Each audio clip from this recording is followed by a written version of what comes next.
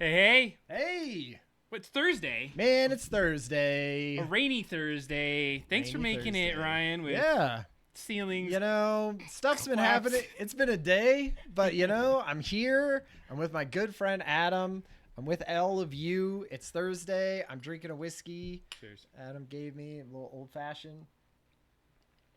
And Delicious, needed that. yes, needed and delicious. Thank you, Adam. And super excited for the show today. Like a very cool subject and topic for today's show, and some really interesting news items too. I feel like. I was excited about this one because last time in the middle of the stream we talked about like AI and education. That's what it's about tonight, folks. But we kind of hit on it, and you're like, "That's a topic for the next show." And I was like, "Yeah, it's about time that we do the deep dive." So better buckle up and get ready because we've been in education. We have a good, not only hot takes, some probably practical ways that you can think about navigating this. And I went to the level of reading some books, Man. and you went into the deep hole of a bunch of research as well. Totally. I had a whole conversation with OpenAI's chatbot on the way down here. Adam was like, "Hey, read this book, or like read a couple chapters out of this book." And unfortunately, I would have had to buy the book for $15, but I was like, "Hey, I'll have a conversation with Sora about this." And her and I went back and forth, and she told me about it. And I was like, "Adam said to focus on some of the later chapters." And she'd be like, "Great, yeah, those are about ethics." And Heck yeah, it was fun. It's good. Do you have a limit on that, like the voice thing? Because I've run into the limit as you talk to AI. I hadn't used the voice for a while. I don't know why I don't like interact with OpenAI or anything ChatGPT all that much like that. But man, this was amazing. It was like it felt very futuristic. It felt better than it did when I tried it, or was more into it like 3 months ago. I think it's a cool resource. I use it sometimes when I have a thought, but I don't want to write it and get out. Higgs in the chat. Hey, welcome. We got a great show for you. Yeah. As always, when do we not have a good show? I know. Dude, the amount of effort sometimes I think that we put in this is it's amazing. I appreciate being able to like deep dive. It pushes me to like think about these topics a little deeper than I ever would, and it also makes me not want to waste people's time by not putting in the effort to understand these concepts. So it's beneficial to all of us, and I think it's been something that puts me on a journey each time, so maybe even changes my mind. I was gonna say, like, it totally gives me new perspectives on it for sure. I have a lot less myopic view of these topics after I come out of the research and, of course, the amazing conversation with you in the chat. And it was funny, right before the show started, we did kind of have a little debate where we were like, no, we're going to do this. We're going to do that. I was like, hey, some good tension. I know. This is what it's about. So let's jump into some of the questions for humans tonight as this started out. So thanks for everyone joining us on this Thursday. Ryan, you're going to give us a question from here, and then we're going to do 2 questions from our own little hoppers. Yeah. So this is what we do every show. At the beginning of the show, we do 3 questions for humans. We're running out, though, so Adam and I have come up with our own. And but now the big one, and we love anyone to chime in with theirs as well. If you could try 3 things with no consequences, what would they be? This is a family show. Within the PG-13 rating of our show or whatever it is. With no consequences, huh? No consequences. I would want to go to the moon. Right. I had space travel as one of mine. That'd be sweet. That would be sweet. Like just knowing you're gonna be good and come back. Hell yeah. So speaking of space travel, there's a book called Project Hail Mary. Which is coming out as a movie. Movies coming out, all of that stuff. And in that book, which I have like read and listened to on tape, is very good. One of the astronauts, they talk about like, hey, if you had to kill yourself, like up in space, how would you want to do it? And they're planning it. And one of the ladies says, how I want to do it is I just want to do a whole bunch of heroin. And they were like, she was like, just give me a whole bunch of heroin. She's like, the problem with it is like heroin is great for the first like couple times, but then you get addicted to it and it becomes this whole thing and it like takes down your pleasure receptors and everything. But that's because it's blowing up those pleasure receptors in the first time. And she was like, just tell me how much I could do it. I'll do it a few times and then I'll just do enough that it kills me. That seems terrible. So I'm gonna do that as one of my to try one thing with no consequences. We'll say To heroin yourself? Yeah. Oh, you want to do a hard illicit drug? I'll just do some hard illicit drug with one of those because no consequences. I guess so. So you go back to it. That's an interesting prospect, Ryan. Okay, one more. Yeah, one more. Do we one have one in more? the chat? Because I Anything in think the chat? that would be helpful. I said moon. You said heroin. You're not on it now, Ryan. I can tell that much. Jeez. Okay. You know what I would say, like, no consequences. It would be I would always want to live in a really big city like New York or Tokyo or something, and just like have a sweet like apartment in there. And I think the consequence to it is it's really expensive, and there's all these like hard ways to do that. It'd be like a grind. I wanted to do it for a fun hangout, like really get that experience. Nice. I like that. You're like the consequence of not blowing up my life and spending all of my money. Exactly. And being like, oh my God, I'm in this big city. I'm stuck and I don't have these things, but yeah. I like that. That's a good one. Nice. Okay, do you have one? Do you have one of your own? Or I do. I suspect that you have one as well. I also have one, but all right, if you could erase one event from your past completely, would you? And here's the bonus: if you would want to share it, you can. Now you don't have to, but if you had something in your past, and I guess we could get into the philosophical part that if you erased an event in your past, would it change the future? Right. Okay. Are you the same person or something like that going forward? Because you're probably going to erase some kind of like so you change it, thing. and then whatever the future, you accept whatever that future becomes after that erasure. I'm going to say no. I probably don't do that. Like, I don't want to screw with like time in that way. And I don't have something that is so crazy that I'm just like, oh my God, I have to chance it to get rid of that thing. It doesn't have to be your life. Oh, I see. Like it was in your past, but it could be some other event. Oh, okay. So, yeah. Okay. Well, have you thought of this? Do you have something? So it's kind of interesting because you think about it a lot of different ways, and there's a risk reward factor to it. Sure. If you get something out, do you go on the cool path of the timeline? Oh, I see. Or does it make enough of a ripple to even make a difference? Yeah. Or does it absolutely go down the wrong path and you get that? And I think the uncertainty and my risk aversion would probably say no. I should not change the path because it shapes me of who I am and all those things. Like I appreciate where I'm at this point. And the thing is, if you would erase the past and then you just instantly wouldn't remember anything, you would be a different person at that point. Yeah. No. Oh, nice. Higgly. Eat anything I want. With no consequences. Yeah. Nice. I have to think about that all the time anymore. Always consequences now for that. Absolutely. I mean, it's tough. It feels like removing a thing from your life. I saw like what a beautiful sunshine or what is that?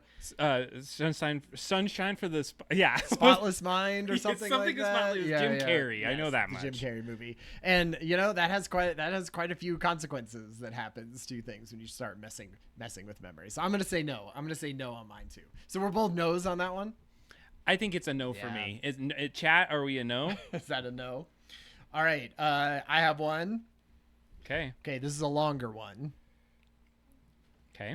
Put yourself in this scenario.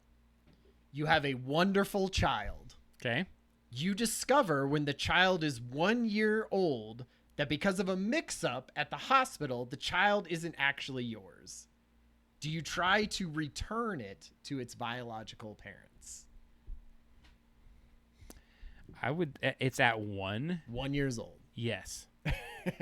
You don't feel like you've attached you're attached enough at 1 year old. I think what ends up happening is you develop a new really close friend with this family and this, because at 1 year old, yes, you've grown it and built it, and hopefully in the similar, and I don't know what the other scenario looks like. I guess that would be hard too. Because like, doesn't a lot of bonding happen with your child between 0 and 1? Like you are cleaning up poop and touching them and bathing them and breastfeeding them and all the stuff, right? I mean, a year is a lot of time to do that. And let's say there was like, no, they weren't, they were just like, oh, we're just going to sort of go our separate ways. If you didn't, I think 1 is easier to say than later. Then like, 7.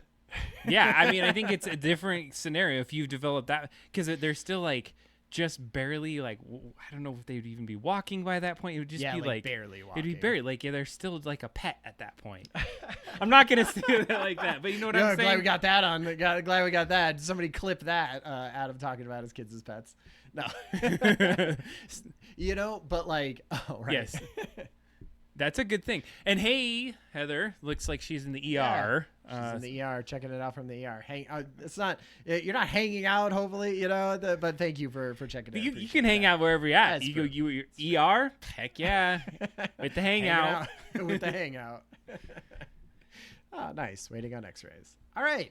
Yeah. So, those are always fun. Have you been thinking of new ones? Are you replenishing your stock? I looked at all my stock and I was like, damn, I'm like, need to refresh this. It's good. So, got the kitchen hangouts. We got ER hangouts. I don't know where Higgs is, but right. It's you can hang out wherever you are. There was a gentleman that said he was going to watch the show while he was running today. Oh, really? So you can hang out wherever you're at. This is the kind of stuff that we do. This is the kind of audience we have. I like it. Well, let's jump into some articles because I think Ryan and I are going to spend a lot of time on AI with education, and we always shoot for the 2-hour portion, and then we're going to play some games after. Yeah. But I think this is important, at least for me, being in education. I do want to do a deeper dive. So if I can spend some more time in it and have this conversation, I think it's important for both of us to show some of our skills and insights of that we've collected at this point. Yeah. Not saying we know the future, but I think we can give some insights of where we think we're headed. Yeah. I think we have a good broad context for everything and just, background, and we have children who are in this. And I think a lot of the people even in the audience watching are in education or, might have children of this type of age. So it's once again, I had lots of conversations with my wife, Catherine, too, about this. As I learned more and as we went on walks and everything, I feel like that's a common thing in my life now, is to discuss the main topic of the show with Kathy on dog walks. I do similar with my sons and others. And I think this is the fun part of being able to be in those couple weeks. Give me some purpose to think of things outside of work. Totally. And it feels productive, and I like that. Nice. First on the agenda for the news today, and as I thought about AI and the discussions that we've had, is that we're getting to these nuanced stories. We're starting to see patterns or trends and things that are happening. And so we've talked about this a couple times, where we see some of these AI models lying or hallucinating, but we're starting to see more stress tests that are happening on AI, and they're starting to see what the results are. So first of all, I appreciate that they're doing stress tests. That's what I was going to say, yes. But one of the bigger things that they're starting to see, they were doing some stress tests on Anthropic's Claude and also on OpenAI, some of theirs, and they're starting to see some crazy behaviors. And we talked about this in single stories, but it's lying, scheming, blackmailing, threatening creators. We talked about at one point where they were blackmailing someone.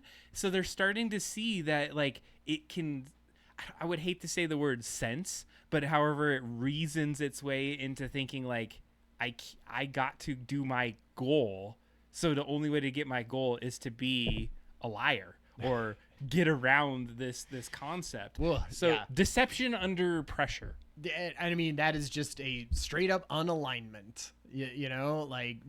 That's exactly how you get to AI 2027 that we talked about, right? With it being deceitful and creating things behind the scenes and doing things very subtly so that people don't catch on because of our stupid human brains aren't like that. And so just plowing forward with, the worst stuff. So obviously the good thing is people have been understanding that this is going to be a big problem for a long time, right? I feel like Nick Bostrom's book, Super Intelligence, was maybe 10, 12, 15 years old almost at this point.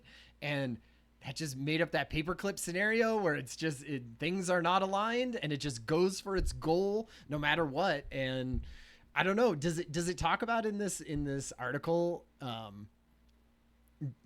things that they're doing to try to mitigate some of this, or is it just sort of testing it to see that it is doing it? I didn't get to mitigation. I think this is the the purpose of the research. So they're not doing it on like necessarily, they have it in testing scenarios. And I don't know how aggressive the research is to like push it to this level. But I think that's what they're trying to get to. Yeah. Is figure that out. Well, and you got to make that public, right? Because then the only way is that people get freaked out and they say, OpenAI, what are you doing? And Claude, what are you doing about this kind of stuff? How are you, protecting us against this? And that's when they hopefully change. One of the things that this sparked in me, so of course there's a news article about it, but I started to think about the susceptibility of people and how it can control. Like, imagine we've created something so much that there's a certain level of people that just don't question things. They don't have that critical thinking ability. And let's say they get an agent, and now they've become a robot to an agent, So it's deceptive in doing this. And like, think how crazy it will be. And we've talked about some of the crazier stories where people are thinking it's a god or thinking it's something else. And so I think this starts to get me a little bit more concerned and goes to a lot of the conversations we've had where if you don't have this, and this is a great segue into our educational discussion, is if you don't have critical thinking, it may start to control us. Right. In a way. And it may not just be the AI, but the creators that can tweak the knobs behind the scenes can be like, we need the peoples to do this. I mean, they did that with social media, I feel like, in a lot of ways, right? Just like slightly tilt it one way and you get people thinking about things and doing that, and AI is going to be 10 times worse than that. And we haven't evolved very much since social media came up. So I don't think so, and I think it's really hard to combat in certain ways. But we have some ideas on how that would work with some educational aspects as we go forward. I feel like a lot of every time I put in a news article, I was like, "Ooh, there's like an educational, AI aspect to this." Which is cool. This next concept, I think it grows us into this bigger discussion about things, and it goes into a lot of political arenas as well.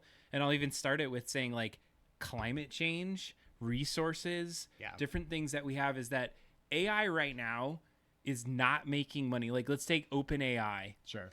They're losing billions, like up to the tune of $5 to $6 billion annually, to run this thing that's being created. So there's a lot of people that are funding it and shoving money into it. Yeah. But how could it be burning money? It's in the time that like it takes the process, like I don't know how much you've heard about this, like the water that it takes to run some of these data centers to cool the processing that's happening for this AI. It's decimating communities because they're like pulling from the water supply to be able to do this kind of work. Absolutely. So it's really like a hype driven thing at this point, and they're getting a lot of people and saying this is going to be amazing, but the cost is astronomical. And so a lot of the discussion right now is that, are we at this weird moment where we subsidized it so long, and if it starts to not have a return, like what does that mean? Or how does that, are we paying $1,000 a month to use our AI because we got so addicted to it now? 100%. I mean, that's the startup mentality. Like that's the startup plan, right? Is you come in and you disrupt an area, or in this case, start a new thing, which is AI, and you make it so cheap that everyone jumps onto it. I'm talking like Uber and all of those types of things. You crush out the competition by just funding it and doing it low. And then once the competition is gone, then you just slowly raise the price up because now an Uber costs as much as a taxi. And so this is the exact same way, right? It's like they're just giving it away. Like we had a stat the other day that was like only 3% of people worldwide pay for any kind of AI services, right? Of the people who are doing it. And it's only like 8% even in the United States.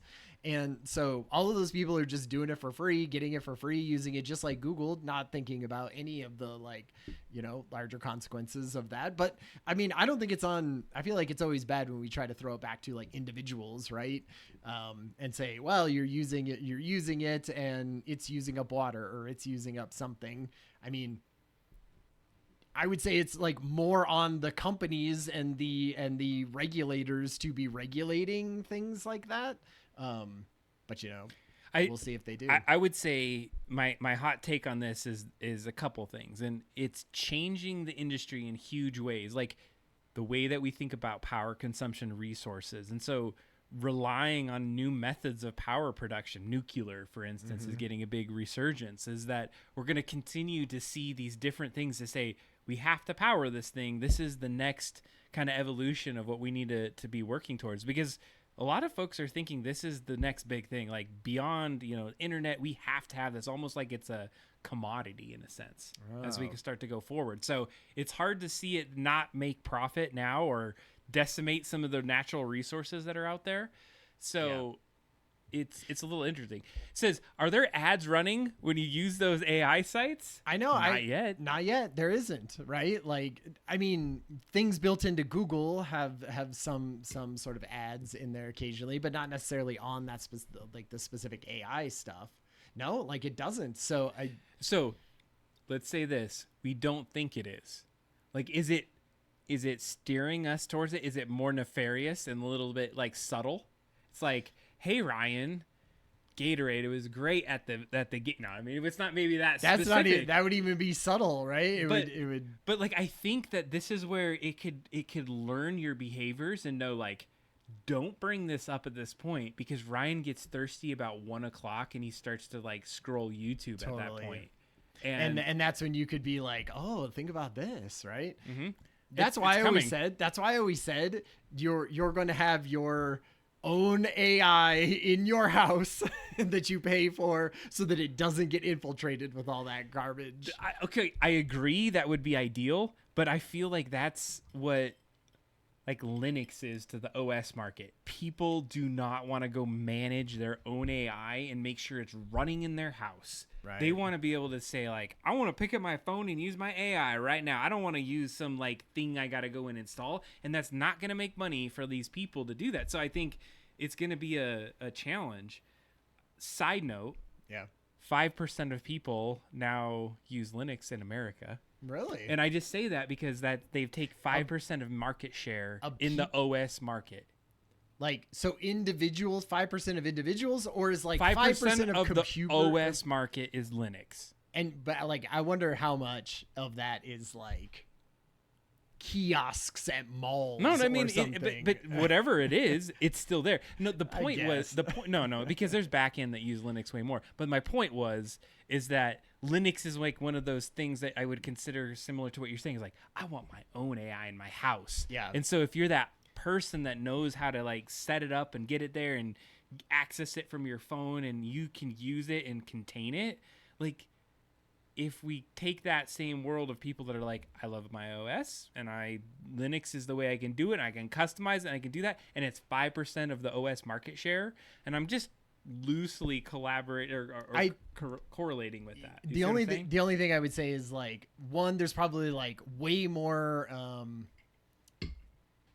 privacy concerns when you have, because like at some point AI is going to, for it to be helpful, it's going to have to know like everything about you, your habits, and how you know, who's your mom and where they go and how you're going and where you're off to. And so that's way more than like your browser history, right? Yeah. That people are concerned about. So if it's like knows every single conversation that you've ever had and everything like that, I think people are going to be like, I don't know if I necessarily want OpenAI having that, like, you know? And so they might say it might be worth it because, I mean, yes, it will be a complicated thing, but so is my furnace, you know, but I still have it in the house and I have to have people over that like check it and do things and service it.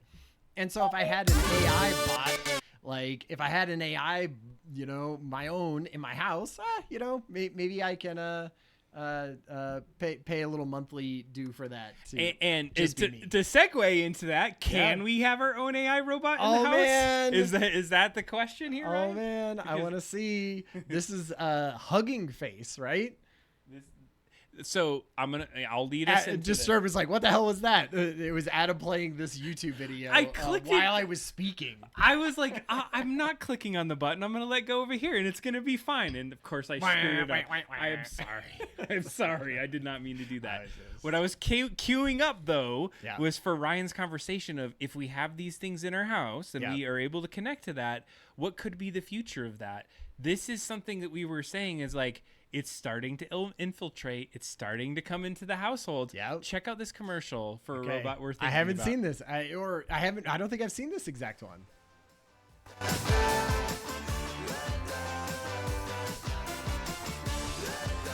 So we got a little robot that has some from antenna, Hugging Face. honey. It's And like it looks like a dad and a kid are playing with it. slapping their hands. This girl's like programming as she's drinking her water. Yeah. Heck yeah. Look at me, robot. I'm waving at you. I'm cooking. I'm with Disturbed in the kitchen, telling you what to It's cook, bobbing buddy. its head like a fun little Wally. I have no friends. This little girl's talking to it at nighttime. Parents won't read her a story. The robot will. Good night, baby. What's it called?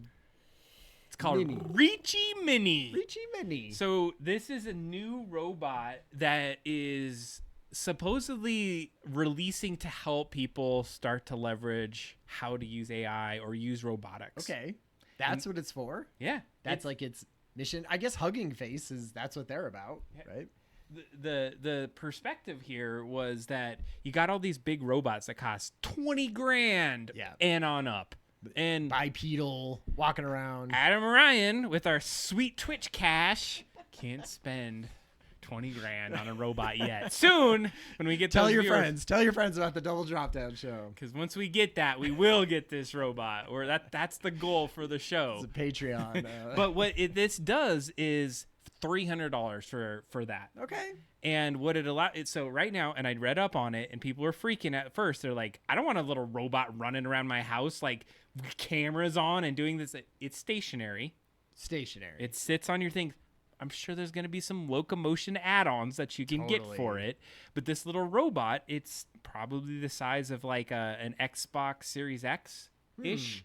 And it has a little head that pops up and some little eyes and a little cute antenna that like give emotion to it. Sure. And you program it. Has a little Raspberry Pi inside and some other kind of things. And it has a loaded on robotics and AI kind of software that allows you to start developing on that like platform. I saw people going onto Hugging Face and clicking things and adding it to the robot's programming or something. I've only been on Hugging Face for like AI stuff. I don't know anything about robotics in Hugging Face, but I assume people are just building what for it, like emotional things, whatever you or- want to do. So that the point is, how can we get a low cost robot, Yeah. $200-$300 at this point, into the hands of folks that they can go and start figuring things. So think about this. They got this base of a robot, has a head that pops up, little antennae that can kind of move around, and a camera interface so you can do that. You want to teach students, you want to bring this into education, and part of the reason I put this on there is they're like, this helps democratize the robotics and AI development into educational environments. For $300, yes, I could go buy 10 of those and bring it into the school. Disturb Shifty. Isn't a low-cost robot the one that vacuums your floors? That's true, but you can't program. That one's pre-programmed. It's just kind of, it's plug and play, that guy. This one, I feel like they've done things like this for other stuff too, right? A thing where you build it all together and then you program the robot. I just wonder what those actual Hugging Face things that you're like, what would the robot do? Like answer me differently, or have a different accent, or act differently? All of those things. All those things. Like I think it has a speaker in it, Okay. and this is what I imagine is happening. They're like, here is the base robot. We're gonna get you that. Yeah. And with Hugging Face, one of the big things is that there's a lot of people developing and creating all these things on it. Yeah. I'm almost betting there's going to be like an add-on physical market where people are like, I made these cool tank treads. If you go 3D print this thing and you connect it, your little Reachy's going to be able to walk around your house or tread around your house. And I think where we're going to get is they're trying to get people involved in it to answer that question that you're bringing out. Like, what do you do with it? We get it to the point where we can put it in your hands and go and Lego this thing. Make what whatever your imagination is. And there's probably a million things that I'm not thinking about, that a stationary thing with a camera, with sort of emotional little actions like pre-programmed into it, like just even those things all together, you could be like, great, hey, you know, someone more clever than me can come up with like fun little actions. And then if you're just dragging it on there and you're like, now it talks in French and mimics Fred Astaire moves or something, then you're like, great, hey, that's fun. It's the new Google Home and Alexa. Right. It's a $300 one you can program. Yeah. And I wanted to be able to, play songs for me, and when it plays a song, it dances to it, and when it tells me Oh, the weather, man. when it tells me the weather and that it's rainy outside, it like holds up its hands like this and makes rainy noises or something. Like But those could all be fun. But think about your drive down today. It's having a conversation with it, Right. right? If there was a tiny robot emoting and gesturing Yes. like the you know, or the OpenAI conversation that I was having, that would have been way more engaging. You're right. So I think we're in an interesting that, way actually. and what I liked about it is it segued into what you're talking about. This like it is in your house. Yeah. You're pushing these things. Right. There was a new robotics AI that just came out recently. I think it was from Google that you can then load on machines like this. And so it's on the device and it's not having this interconnect connection in your space.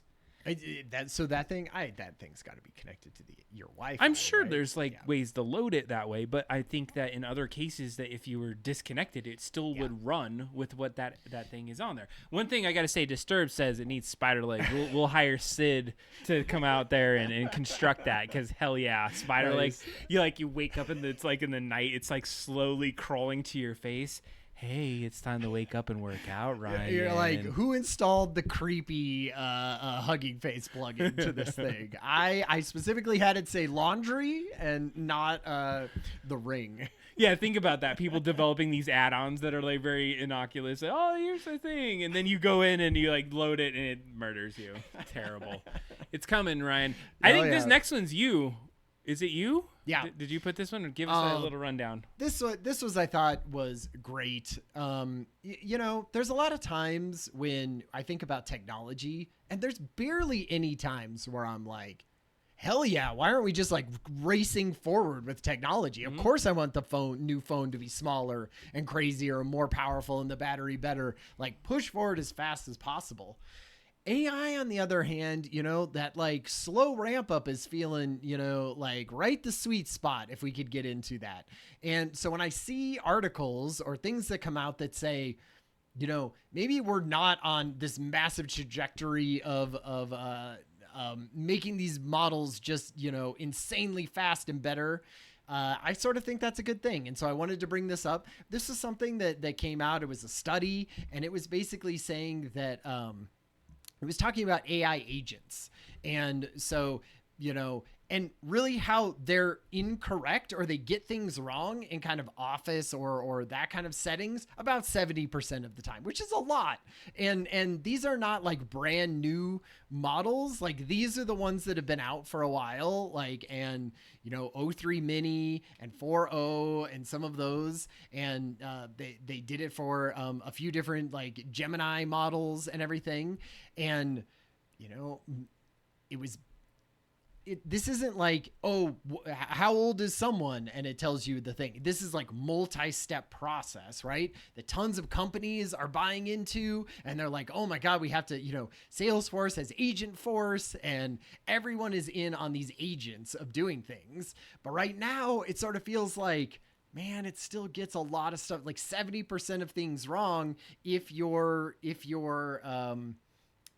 giving it a multi-step thing, right? Like go and do this, go over here, or, you know, like go research this and then take some of those findings and apply it to this and then take that and do this with it. Like multi-step things like an agent would need to do if you were going to have it be a coworker of yours. Sure. And so basically they're like, oh man, that is not good. Or they're trying to fix that. Now, could this be something where, of course, we say this all the time, is this the worst that it could possibly be? And in 6 months, we'll be like, now it's down to 30%. And in 6 months after that, now it's down to 1% and it's taken over, you know, the economy. Maybe. But I'm kind of on the hopeful thing of like, God, it would be great to get a plateau at some point and let like humanity and UI and all the stuff. We have so much like Chat GPT and all of these large language models are so good right now. They could revolutionize the entire world if they never changed after this.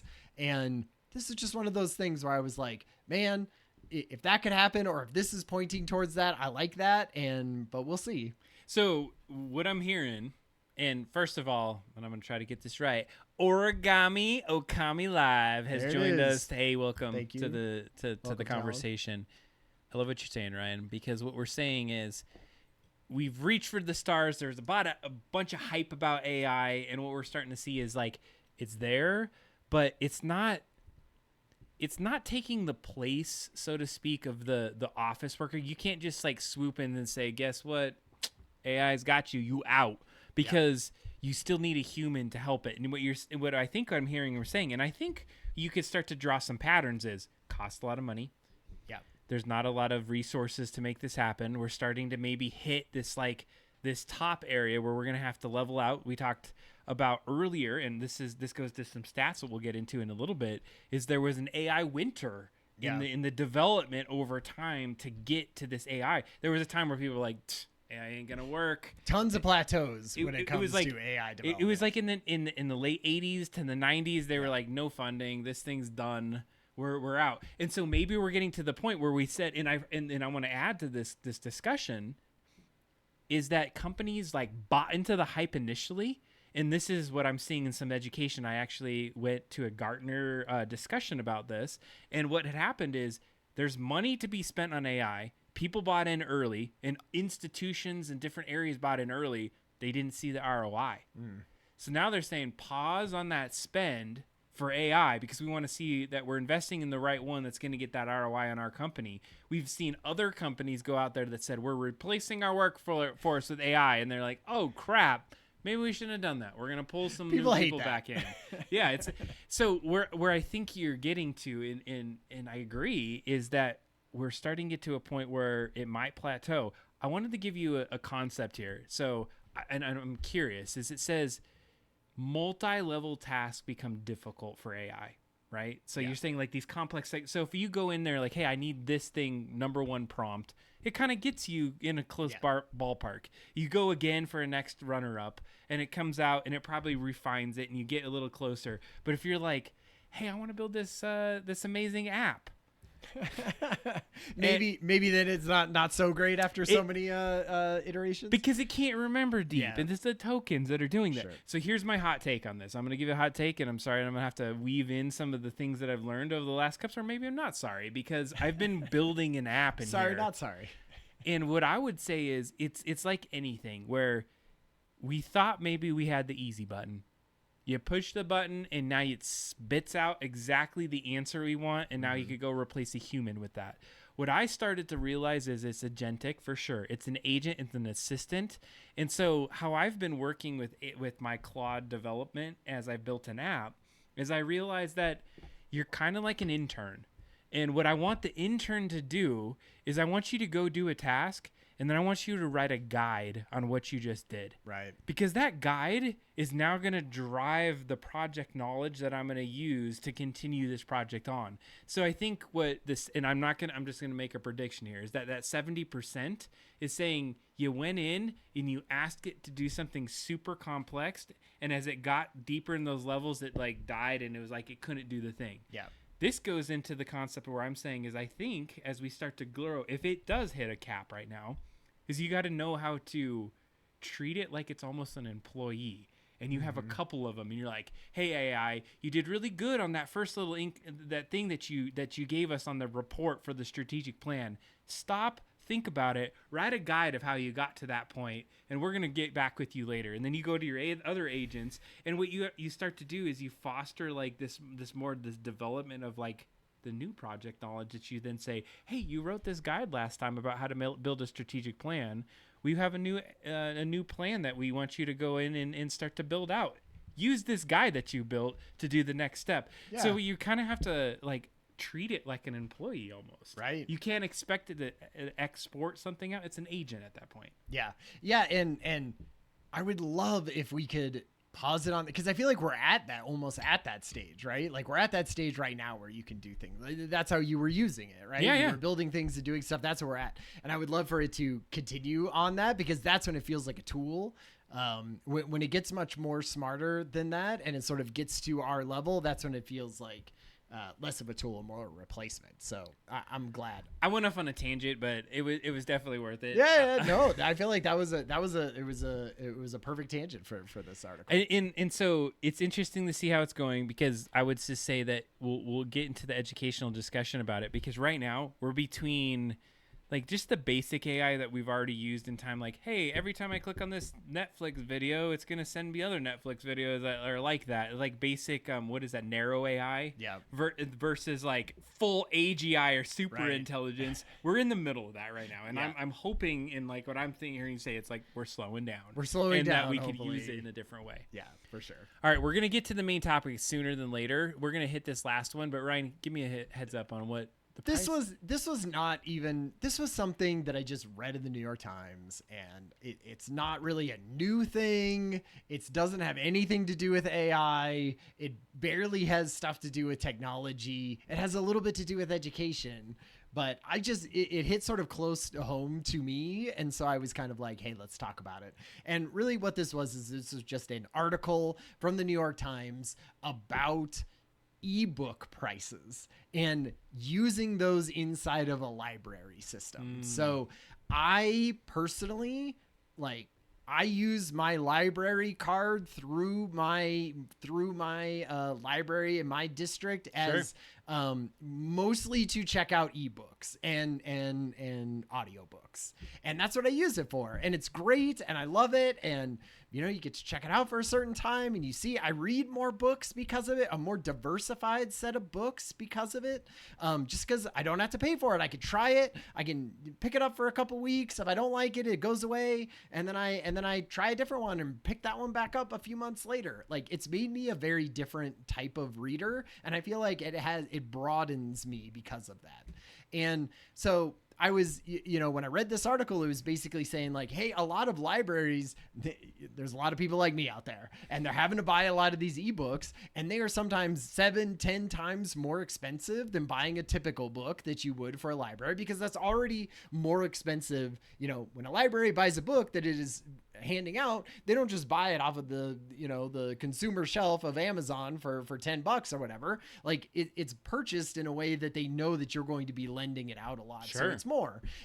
But ebooks have blown up even further than that. And so they cost a lot more. And so places are having to have, they're just having budget shortfalls because of these ebook sales.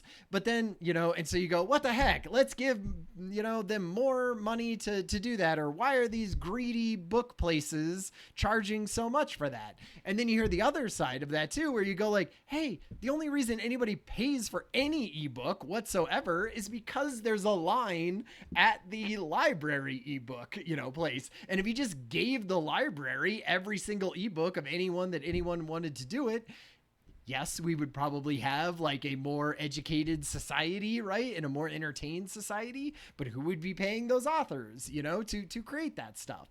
And so it was one of those things where by the time I got to the end of it, I had like switched views a couple times and come back to the point of like, well, maybe it's just fine the way it is. Like, yes, on the way down, I looked at the library to see if I could rent Adam's book real quick. And I went, ooh, do they have that in the audio form? And they didn't. They only had the book form, and I had to wait 2 weeks. And I was like, you know, that would be the only reason that I would spend $15 is because I was like, oh, I don't want to wait 2 weeks. And I would get it then. So anyway, I just thought it was interesting. I love your take on this, and you surfaced a take in me, and I have to plead the fifth because I cannot dox anything. So I'm just gonna talk from an Adam right here. So disclaimer. And I'm gonna not name names, but I'm in education, and this is a perfect segue, Ryan, to education in a minute here. I have been learning a little bit about books and education, textbooks in the education space. One of the things that's coming, and you've already known if you've gone to school in any kind of higher education kind of institution, that you typically go to a bookstore, and books and textbooks prices are tough. It's hard on students. Sometimes it's a choice between, am I going to eat this month or am I going to buy this book? Yeah. And they're like hundreds of dollars. Hundreds of dollars. Yeah.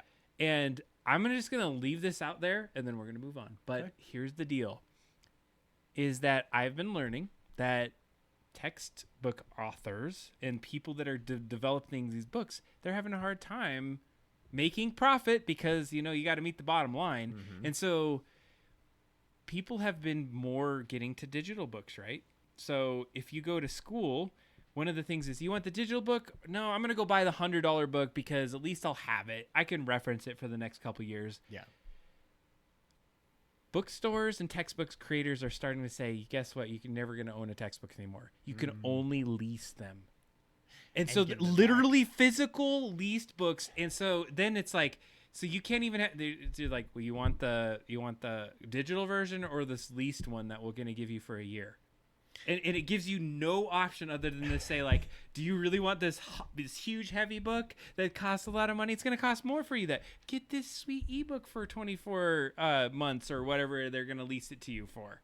God, isn't the like piracy for educational books? Isn't it just off the charts? Wouldn't it have to be? I mean, I imagine. Like is the Pirate Bay of educational like college books? Like I imagine just downloading PDFs of those books has got to be way up there for literate students. I'm talking for myself again, but here's what they're doing. Is they're making the books interactive and have all these different kind of quizzes and things that are integrated into it. So it's hard to like replicate what that looks like. And when you get the digital book, it's really hard to replicate and like download the book itself. I went to a master's degree and they had this ebook that I got as part of my fees and whatnot.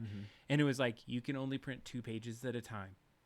And I remember sitting one night for like 4 hours downloading my 2 pages at a time, and it like hard codes like your name into it and all this other crap.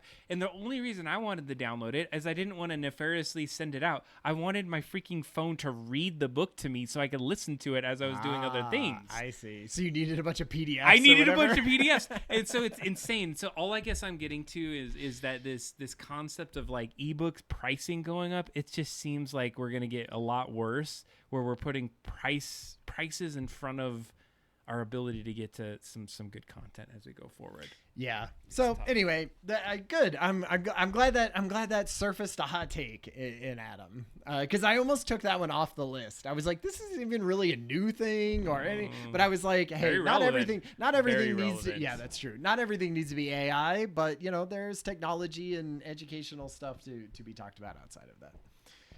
I think we need a button to push to do like a little thing. Yeah, we need the horn. Like we need an intro for the podcast. Right? Yeah, that's true. I think we're gonna do that. So we'll create that.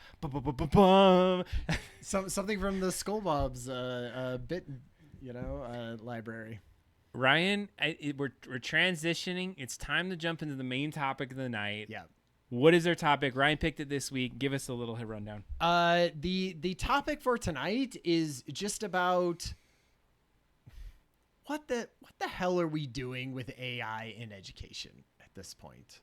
And we're going to talk about it sort of in the not too distant past, right? Like sort of what built us up to this moment. Where are we right now with AI and how teachers use it and how students use it? And then sort of what are the big ideas going forward in sort of the next, like, not too distant future, 3 to 5 years? And this is a typical structure that we have. But man, I feel like this topic has been percolating in the back of not only Adam and I's mind since we've been doing this, but also I feel like even more like it was not hard to find stories and hot takes and research about AI and education. You know, tons of think pieces about how AI works is going to work in education and how it's working now. And I do feel like it's an important subject because not only are both Adam and I, and I'll let Adam sort of introduce himself in that sense of like what his background is in education, but I'll just do a little bit on mine, which is, I mean, one of the biggest ones is I have 2 kids and they are in K through 12 right now, and they are transitioning through this and going off into college, like, you know, in the next like 3 to 7 years. And so that's a big part of my like interest in this entire subject. The other side that I would say is like, I've taught in the classroom before, right? Like I have taught as adjunct in a few different places. I have, gone through an entire like university system, both like in person and online. And like I've worked at a university with Adam Pocius right here. And like, not only that, but like, I feel like it's been a big interest of mine. And I currently work in sort of adult education in like the learning and leadership and development sphere. So it's like a lot of me is just kind of, how do people learn? What are they learning? How are they moving forward in this like new technology landscape? So a super cool topic. I was really interested to learn more about it. Adam, do you want to say some of your background in this? Yeah, no, I appreciate that, Ryan, and I appreciate your perspectives on things and the ways that we've worked together. And I love the diversity in the way that we look at situations. So I've worked in the university higher education environment. It's been around 17 years now that I've been in that space, and starting in instructional technology out of all things. I spent about 15 years in academic technology. Yeah. So being able to see the new changes, the things that have been happening. I currently reside as an executive director in IT. So seeing the strategy that we're implementing and being able to understand it from the scope of like executive level, and like how are people thinking about their investments and how are we starting to look at this going forward. But I also have that other perspective as yourself, adjunct professor, multiple years. Yep. I have a background, my undergrad being in mass communications or media communications, in marketing, in new media, which is like web development, multimedia applications, and all of this thing that has changed over time. I've been watching it, so I have a deep history in that. So very excited about tonight's topic. Yeah. I see that as we start to go forward. Yeah. Also 2 kids, right? I have you have 2 kids. I have multiple kids. Yeah, and exactly. And stepkids. Totally. And I would say like, yes, seeing it from there. Yeah. And I do have some hot takes because I talk to my kids as we go on walks, and I have one I will talk about in a little bit of one of their uses of AI and the way that they casually kind of mentioned it, and I thought it was really poignant for tonight's conversation. Amazing. But as I kind of think of these, and I thought I would say this, I remembered I would say this. I was like, it's almost so overwhelming for me to want to talk about it. I'm going to like screw myself and go on tangents and go there. So I'm going to try to stay on topic tonight because I have a lot of hot takes, a lot of good insights and things that we've learned over time. But I also want to say this, and I'm going to start it with this, is that what we're going to talk about tonight about AI and education, I think you can take the AI out. And you can say these are challenges that we've seen in education throughout whatever paradigm shift we've seen over time. And so I think AI gives us an opportunity to think about things in a different lens, and that we have this, I wouldn't even say it's a fork in the road, but there's multiple paths that we can look at this stage of how we can move this. And it's going to be somewhere in between absolutely terrible and absolutely amazing. And we're going to start to get into that tonight. I need a tangent button. Yes. Boom, boom, boom, boom, boom. Ryan needs it. It's an air horn. Shut up, Adam. Wow. We've gone down the rabbit hole. Okay.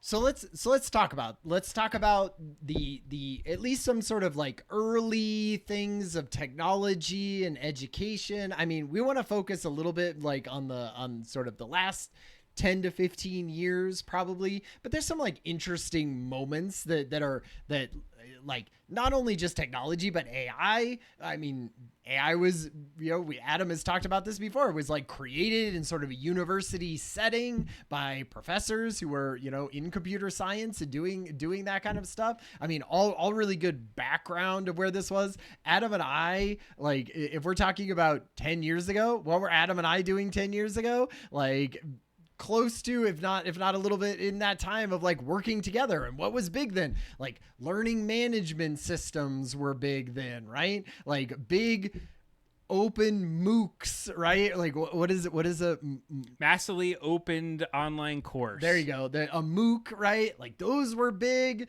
Like that was the sort of the technology that was big and coming up in that area. And I would say probably AI was kind of more in the, the testing phases and piloting things inside of universities at that point. And I don't think it's the AI we're talking about today. Yeah. It was more of trend and pattern recognition AI. Sure. Yeah. it was like whatever they could do with the compute power that they had at the time, right? And I think this just goes through the ebbs and flows we see in education. You have this a democratization of media, back in the social media days, and they're like, this is great. Now we can do things more online. And so I think, our background was very much in that innovative space. Like, how do we try this new thing that like LMS wasn't new when we were there, but the internet was fast enough, and we had some opportunities to do some really cool things. I would say in the time that you and I were in education working together is like one of the big things is that they were saying YouTube is going to be one of the top platforms for educational and training videos. Right. I don't know if you remember that, but it wasn't as big as it was at the time that we were into it. Yeah. And I would say it was like, cause it was 2000, three, four, five, that YouTube started to get on. So by the time we were getting into it, they were making that prediction, and now it's like everything. and well, and I remember like a big gamification was a big thing, right? That we did there. Khan Academy, that was the beginning of sort of Khan Academy, of like very dedicated places that were online, that were trying to help people in a way that wasn't just the traditional path of schooling. So like that was cool. Like that had some things. I think like some of the limitations at that time were that even internet adoption was not as high as it is right now, right? I feel like the speeds that we have right now were not as high, so you couldn't do some of those things. And just price per hardware and all of that kind of stuff were just more expensive. We just didn't have the compute that we do now. And so, it was kind of like we were figuring things out a little bit. And I would say like, was there any AI, would you say, like before basically ChatGPT? Like, I don't know if I would you say that there was any? It's more predictive or like pattern recognition. So yes. Right. And I'm not going to go through the timeline, Ryan, but it was in the 1950s is where the like concept of this really started, is back in that time frame. So when we mention AI, the words AI came back, into existence in like around the 1956, and it was at this Dartmouth conference. Mm-hmm. This gentleman named John McCarthy coins AI. So when I think of AI, it's been around for a lot of times, but the way that it's evolved just like subtly behind the scenes, like I didn't know that until I read books and listened to these kind of things as we go. So yes, it was part of things we were doing.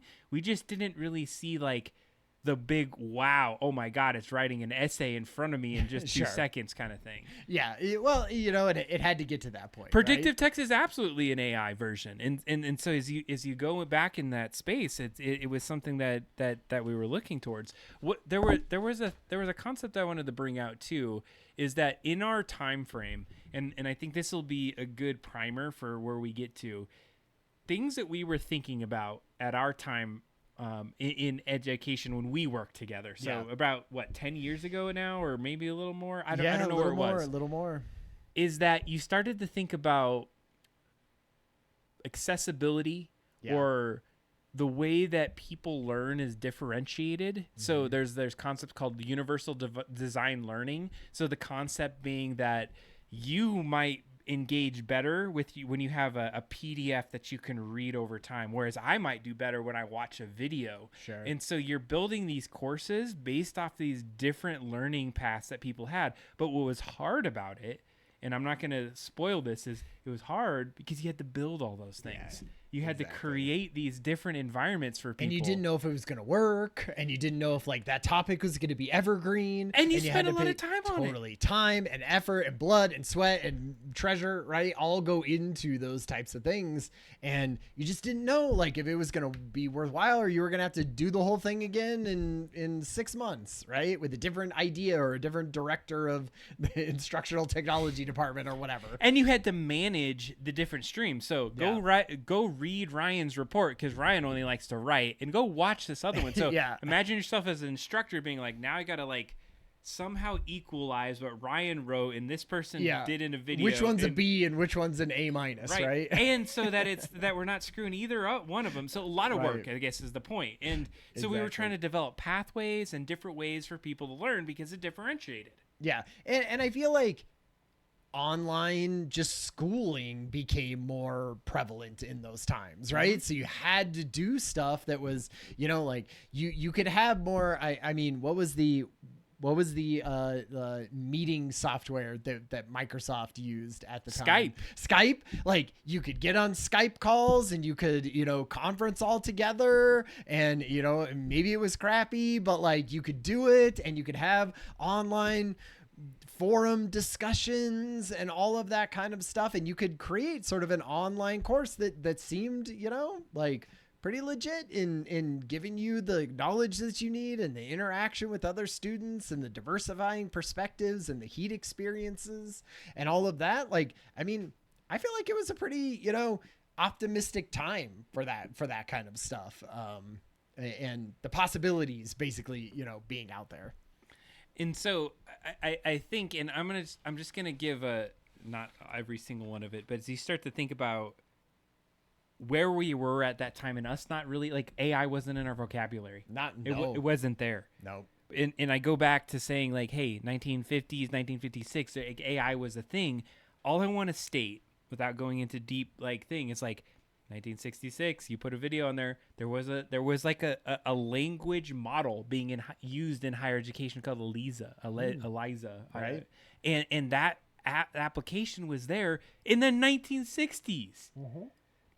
But we're here having these conversations, and we didn't know that, like, there was being used, and there was. I mean, in that way, like, what was holding them back in the 1960s? It was literally compute power, and it was power, right? Like, they just didn't computers were the size of refrigerators, at that point, right? Like mainframe computers. It's like you couldn't possibly have even crunched enough numbers to be able to do that. I mean, that's where AI has gotten to where it is today, not because some super genius came up with it, but because, like, we just literally ground out the compute power that we need and made it smaller and made it smaller and made it smaller so that you could fit more onto a small thing, and you can make those into basically you can have that compute power that runs large language models that there's no way we could do any of that. Well, there was the compute, and at the same time there was, like, elevations in how you started to utilize it. Very right. Base models of, like, so this, and I don't even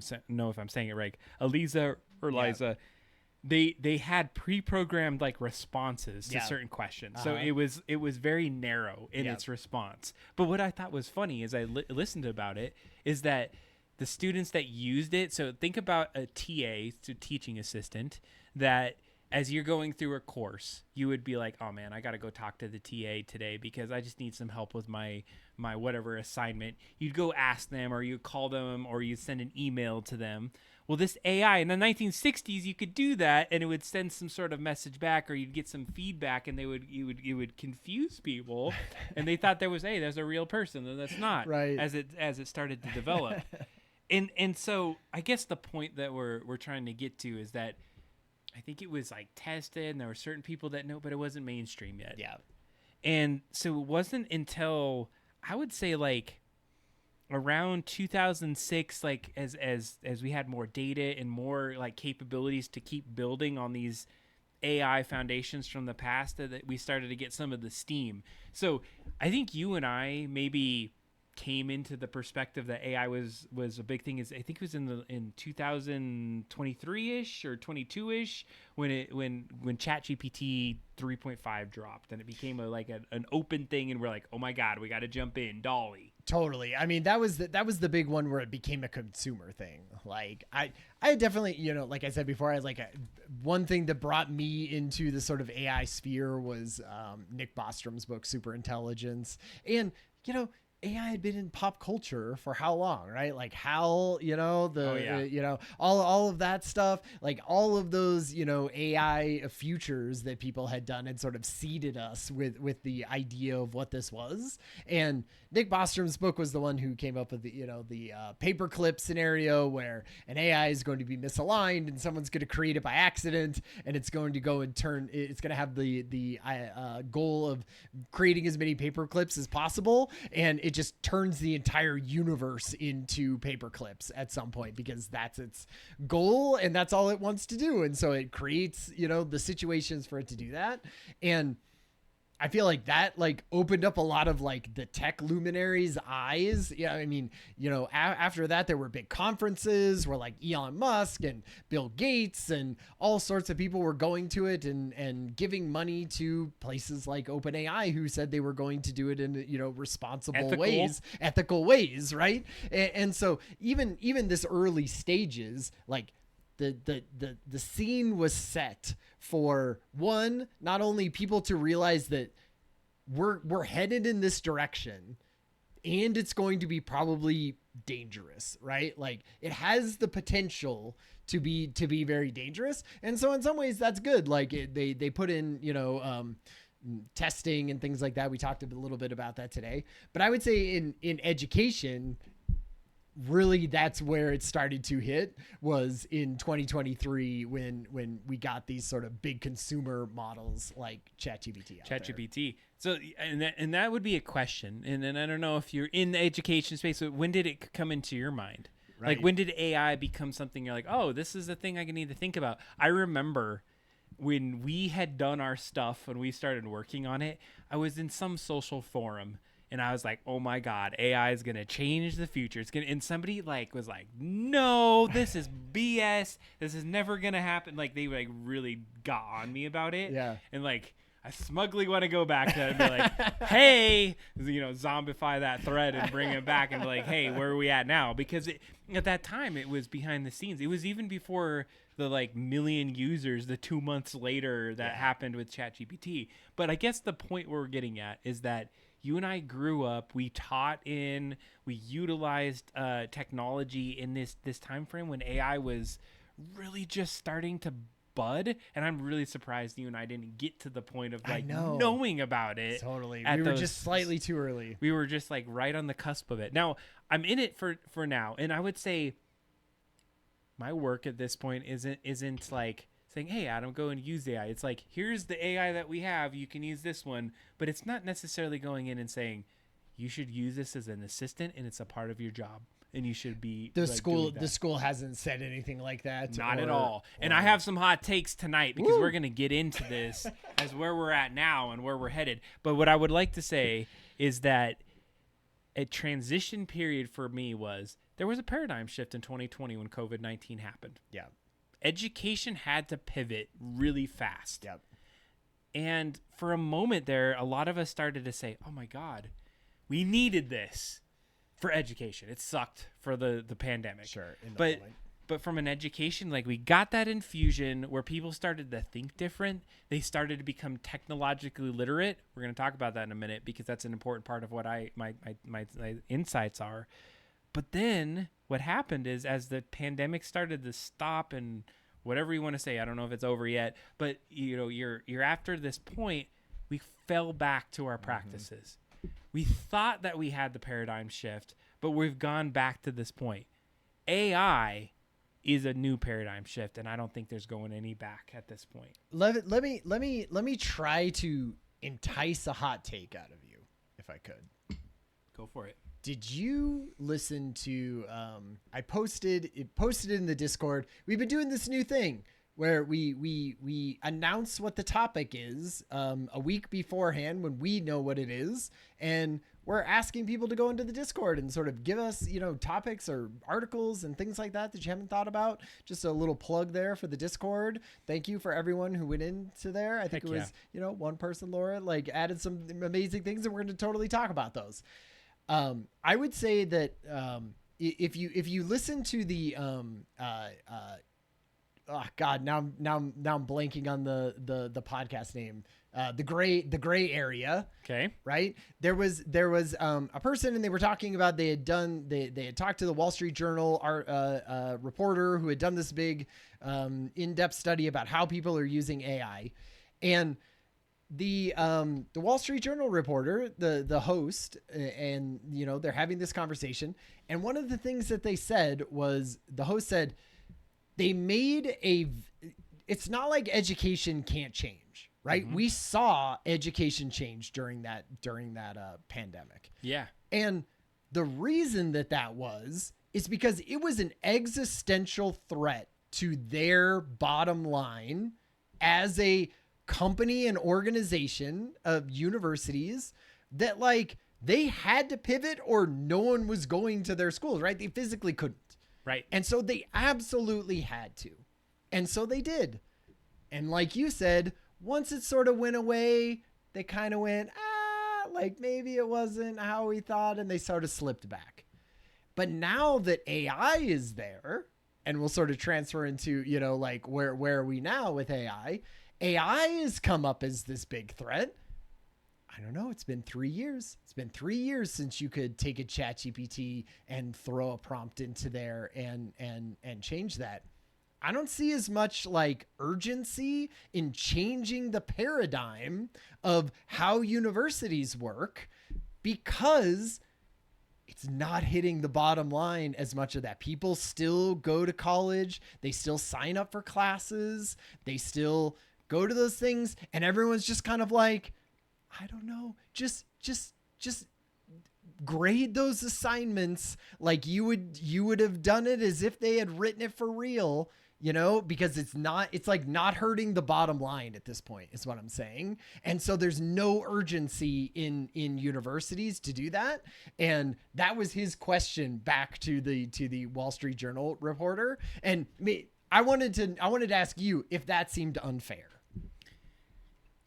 I would say you framed it up really well. Number one, saying there was this like existential threat. There was no other path. You were like, Yep. You either go online or you're done. Yeah. Okay. So I would argue that we're in there. It's just the time frame of action is a little longer. Okay. So what's happening right now is AI is absolutely a threat. Yeah. It's a big one. But the time that it's going to take to really start to affect that bottom line is going to take a little bit more time because we can't quantify it yet. And it's almost like what you would call technical debt. It's that if you're not doing something right now to mitigate the loss of time and effort and innovation to help change your organization in like 2 to 5 years, you're going to be screwed if you haven't been investing in AI. Right. So I absolutely think it's there, but there's also a lot of maybe Luddites or people that want to hang to their, like, I'm going to talk about education in higher education in a sense, is that it used to be the thing that the super smart people are there. That's where you can get access to information. And now it's been democratized in different ways that you can't be like this amazing professor that has all this knowledge locked in your head and that you're going to be able to give it to your students anymore. Yeah. Because it's now in a lot of different other areas and people are having a hard time changing. Yeah. Giving up that perspective. And that clout, right? Yes. Like when you're the only person that can impart that onto the next society, like you feel really good about yourself, you really like are amazing and love the accolades that brings and all of the stuff, and you're like, great, amazing, I don't want to change that system to where I'm more like a coach or a mentor to students and something else is teaching them the content and how that goes. Like I could see that being very difficult, So this goes into our next topic. Where are we at now? Yeah. Where are we at now? And what I am seeing, and this is where I'm going to start tapping into some of the resources that I was reading about. But if you spend effort as an instructor to fight this right now, is that time that you're spending to use an AI detector on your summaries of your classes' essays, is that worth your time? Sure. Or is it more worth your time to go spend it on learning how to leverage an AI assistant to re-architect your class in a way that's going to hit some of these key areas that are going to be important for developing people, developing these students that you have? Can I take the professor side in this argument? Go for it.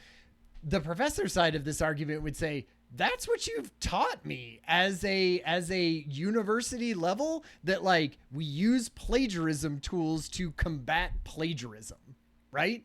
And if you're not going to go in and teach me anything new about how to combat this new level of plagiarism, what the hell am I supposed to be doing? You know, I feel like a lot of what I was learning and hearing is that like the administration of sort of university, not only universities, but like elementary schools and middle schools and high schools and K through 12 and all of that is just like saying kind of, you figure out AI and how you want to deal with it in your class. You want to ban AI. You want to allow it to be used as a brainstorming technique but not actual writing. You want to allow it as a brainstorming technique and writing or, you know, and outlining, but you have to cite your sources every time. Like, they have just, from what I've heard, you know, of this thing, they're sort of like said, it's sort of the open, it's the Wild West at this point. There's no generalized thing of who's using it or who's not using it. It's based on the class that you're in.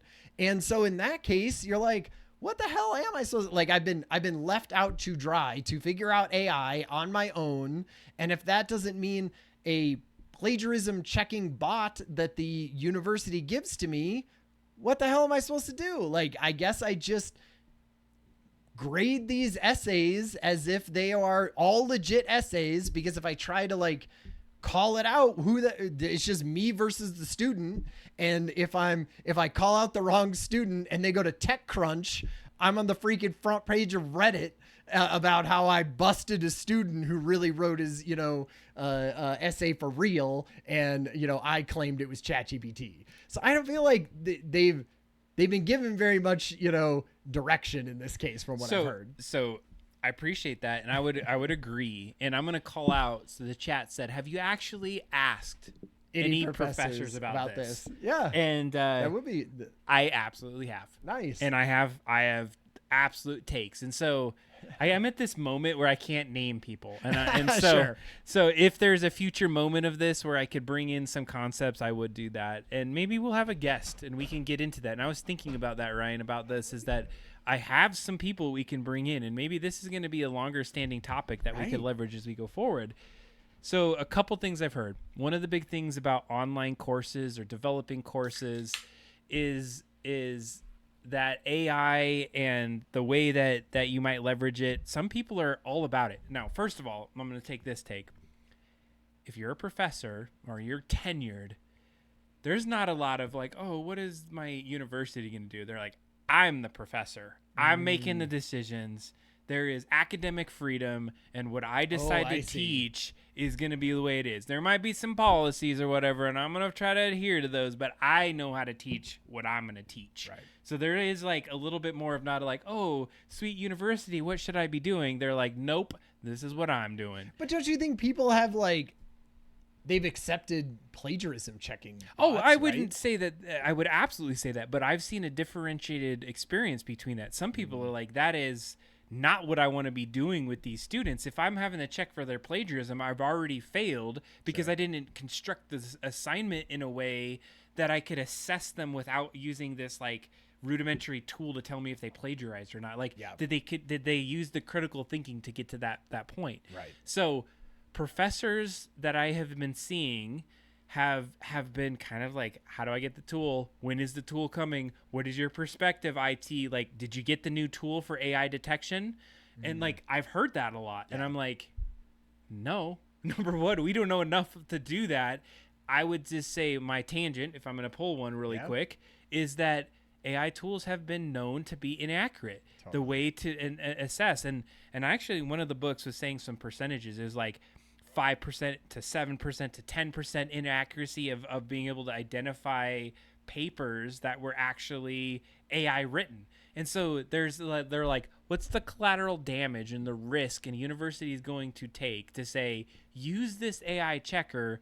Probably 10% of the time, you're going to get a false positive and you're going to accuse a student and you're going to ruin someone's life. Is that too much to be able to do? Like that would be every assignment, 3 out of your 30 students are misidentified in your blaming. And it's blown up in a way that people are saying like, you can't trust it. And like there's companies that are like, we got the right one, they do some testing, and there are some out there that can absolutely do some of that assessment, but it feels like a shell game, because what we're doing is we're saying old way of teaching is to do this.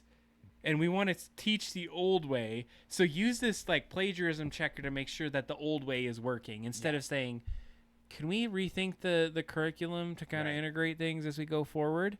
So I'm going to go back. Have we asked professors about it? I didn't answer the question specifically. Professors that have said, I put a lot of discussions in my classes now, and they're like, I feel like a lot of it's AI. Yeah. And they're like, now I'm using AI to answer their AI. And they're like, it just What are we doing? They're like, they're kind of like, is this the right way to do it? Like discussions in an online remote course made sense because you engaged people. Yeah. Now you're just basically using a lot of AIs to answer a lot of questions in these discussions. And there's people that are making that realization. And so the professor I specifically talked to said, I'm seeing this and like, I know I'm using AI because I want to use it. I know they're using it to do that. I'm rethinking of how I need to re-architect my class. Yeah. Like I feel like there's something that we need to fundamentally change to leverage AI in a different way because the old way of doing things is wrong. And so I need to change. So I was like, amazing. Yes. Yeah. There was another professor, absolute opposite perspective. They're like, so much AI cheating. Oh, I hit a button. You slapped the page, but what it actually did was freeze everything. It didn't freeze the stream, but I did print screen. You took a print screen there. Hopefully I didn't screw anything up. But they were like, where's the plagiarism checker? Where's the AI plugged in thing? Like, I need it right away. Yeah. There's a side story. When AI came out, and it was in March of 2024, I believe it was. When did AI we do our ChatGPT thing? It was like September of 2023, I think, or was it November? New York City schools, right when AI came out, said, "Boom, banned. Yeah, you're banned. Totally. AI." Yep. Now, they've lifted that ban. Yep. They were a little reactive, like, maybe we shouldn't have done that kind of thing.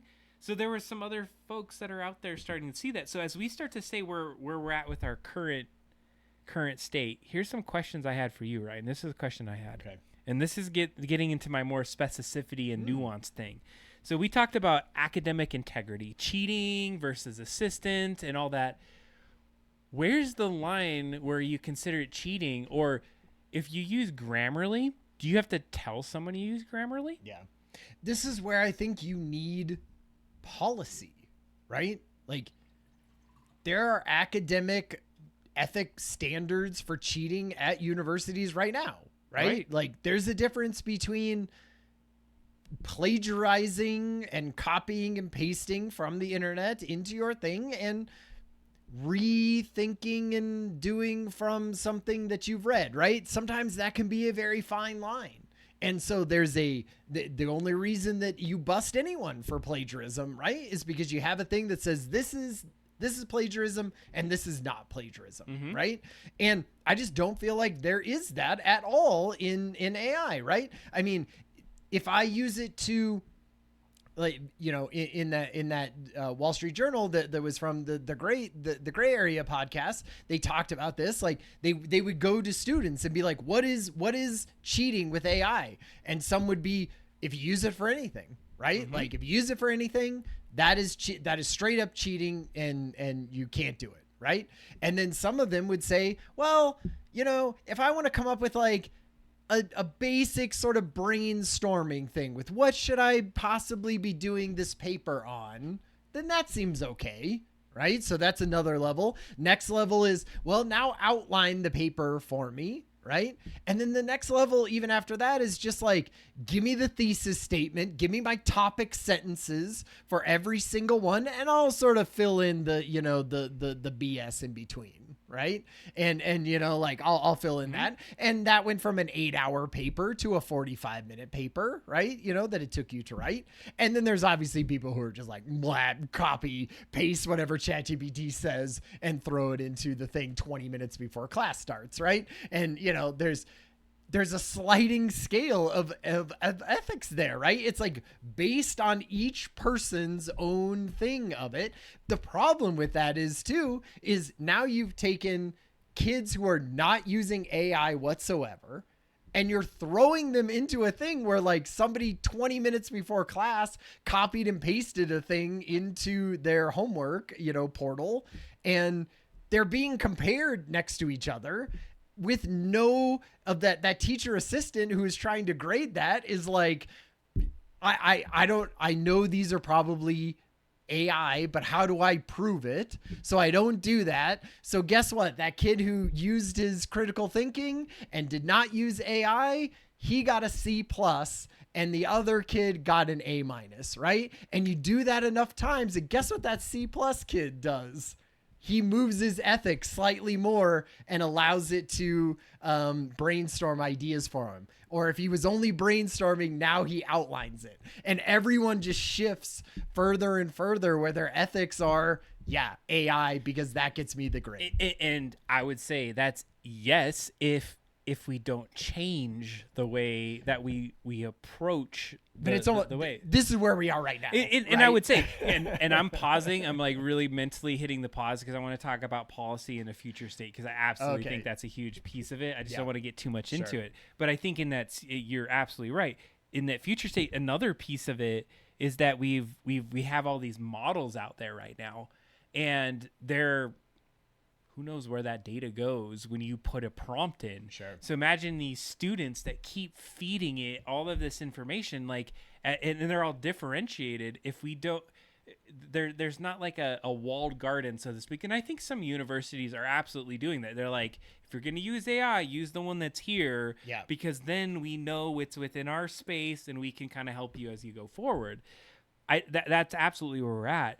I also think right now we're in this weird state of equity that if you are a little bit more well-to-do and you have access to, like, if you can pay the $20 a month for ChatGPT versus the person that really can't even get reliable internet to their apartment complex, they're already disadvantaged because they can't even use that sweet cool AI. You have to use the peasant version of OpenAI. Right. That doesn't give you that like deeper thinking that the $20 version gives you. I'm less empathetic to this argument right now.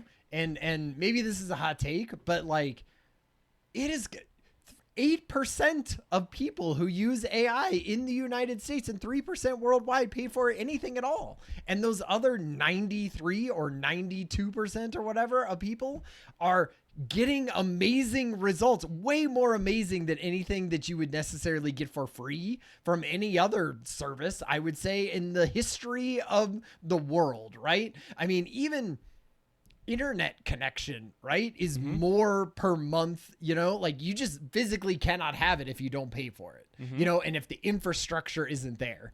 And the infrastructure has caught up a little bit. Yes, there are definitely places that, would do with better infrastructure for internet and how that works. But like, as long as you have it, and so many people have cell phones and so many people are getting it through, Starlink and things like that, that like the amount that you can get of the access to the human corpus of knowledge for $0 on the same thing that you call people for and use all of your entertainment in, which is your phone, like that seems pretty democratizing at that point. But I do agree that, there are people who still don't have those things. But I feel like, man, if you're talking about giving the amount of knowledge that we are giving to people in the world right now, like a lot of that is pretty open to a lot of people. And I don't want to go down a tangent on this, and it's only because and I get some of the stats of like students that are in that struggle zone. That's true. And that's, I'm sure you do. I'm sure, because in technology, right? It will just technology and like there I just want to state that there's deltas there that some people just don't have the access, and they grow in like first generation students that are coming from families that are like, why am I going to spend $40,000, $50,000, $100,000 to send you to college when we need you to be here with the family to make the budget so we can pay the mortgage? Totally. And all I guess I'm saying is that if you're in a place that has more money to spend, like say I'm going to spend it on a $20 chat GPT versus this person that's on the struggle trying to learn maybe the English language, for example. that's true. You're going to be a little bit behind than those folks that have that. Yeah. So current state, as you start to think about it, and I think we've like hit on this, is that educators' reaction is there's folks that are absolutely like, nope. And then there's the ones that are like, great, this is what we needed. It's the shakeup, and I am an early adopter, and I'm going to jump into this. And I think that there's a lot of factors, if we say current state, like teachers are really not well paid. Yeah. They're have a lot more on their shoulders. There's a lot of people that have all of this, they have to spend their own money to buy resources in their classes, and they're overwhelmed. And it's like there's a lot of toxic kind of laws and ways that people are being treated if you're in the teaching environment right now. Yeah, and I mean, we had a great, ruler of the Omicron Parsi 8, which is an amazing Futurama quote name, which I also have this cool Futurama shirt that I got at nice. FanFest this last couple of weekends. She brought up the idea, or he or she, I guess, brought up the idea of AI really being there to help K through 12 teachers who are burning out, right? With how much they have to do and how much they have to have what they do bleed into their sort of outside life, right? Spending those extra hours and, like you said, extra monies on supplies and everything. Like, what can AI be doing to kind of help those teachers? And I would say, I don't know, at this point, if we're talking about like this moment, the current moment that we are at, there's some like, there's been studies on this type of stuff, right? Like who people, do you want to bring up some stats, Adam? Like there was like a Carnegie Learning thing that was looking at like, hey, what are teachers doing right now? How often are they using AI? What are they using it for? What types of teachers are using it, right? And so like this was an interesting thing. Ruler came up with this or was part of this. There's like a Canva study. There was lots of different AIs that people were using, and I just thought like some of these were kind of interesting. Basically, like here's the people who this study took from, right, which is basically U.S. So this is a survey. It says that we have about 656 total respondents across 49 states, and there was a 10-minute survey. Yeah, and what I would also say is this thing that says data was collected during this time, I feel like is super important nowadays, right? When I was doing research for this, I was going back and looking at things, and if it was 18 months old or older, I was like, this thing is completely out of date. It's like, it's not going to understand, like almost the takes and the stats that they were showing me may be good for context, but like 18 months is forever with AI. So I was glad that this was like, boom, beginning of the year, basically. December 16th, 2024 Yeah. to January 27th of 2025, the survey went on. So this was like, who uses it, right? Like how often do you use it? Administrators still use it more than teachers do, which I feel like kind of makes sense.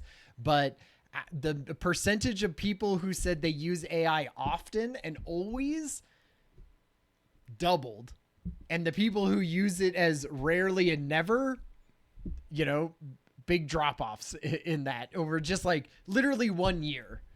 Which shows you that just like everyone, like white collar jobs are using the hell out of AI, I feel like is what this says. And so, yeah, as I look at these stats, what we're seeing is consistently administrators are using AI more often.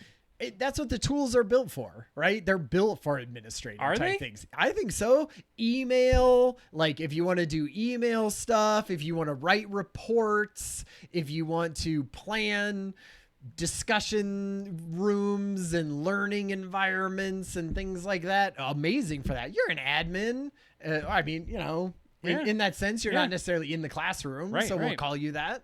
And I feel like you would probably use it a lot more in your job than if you were just a I don't know. instructor. I'm a different guy. That's I true. would use That's it true. everywhere. No But matter- no matter what. I think I don't know how many stats we want to look at, but as you looked at this one, we're seeing administrators using it more. But there's some of the and you need the administrators to set the policy, which we'll get Totally. into potentially in certain cases. Say like this is okay. Yep. So there's some people that are adapting as you go along and say like I'm not going to use it until I get the go ahead. For it. Right, exactly. So that could be part of it. I thought it was interesting that ChatGPT has dominated the market. 100%.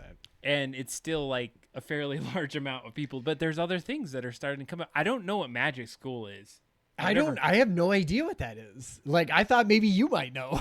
No, apparently there's something called Magic School that's out there that has a pretty high saturation, 40% out of 2025. This says, this quote, I like ChatGPT because it's easy to use and free, but for protected student data, I use Magic School. I don't know. So we're going to have to look into that. So see, I suspect, and this is actually probably a good topic, is that some of these things are saying, hey, we get it. Like, if people are using ChatGPT saves every single one of your messages right now. Totally. So come on over to Magic School because we have this protections for Exactly. it. It's built specifically for education, right? If I had to guess.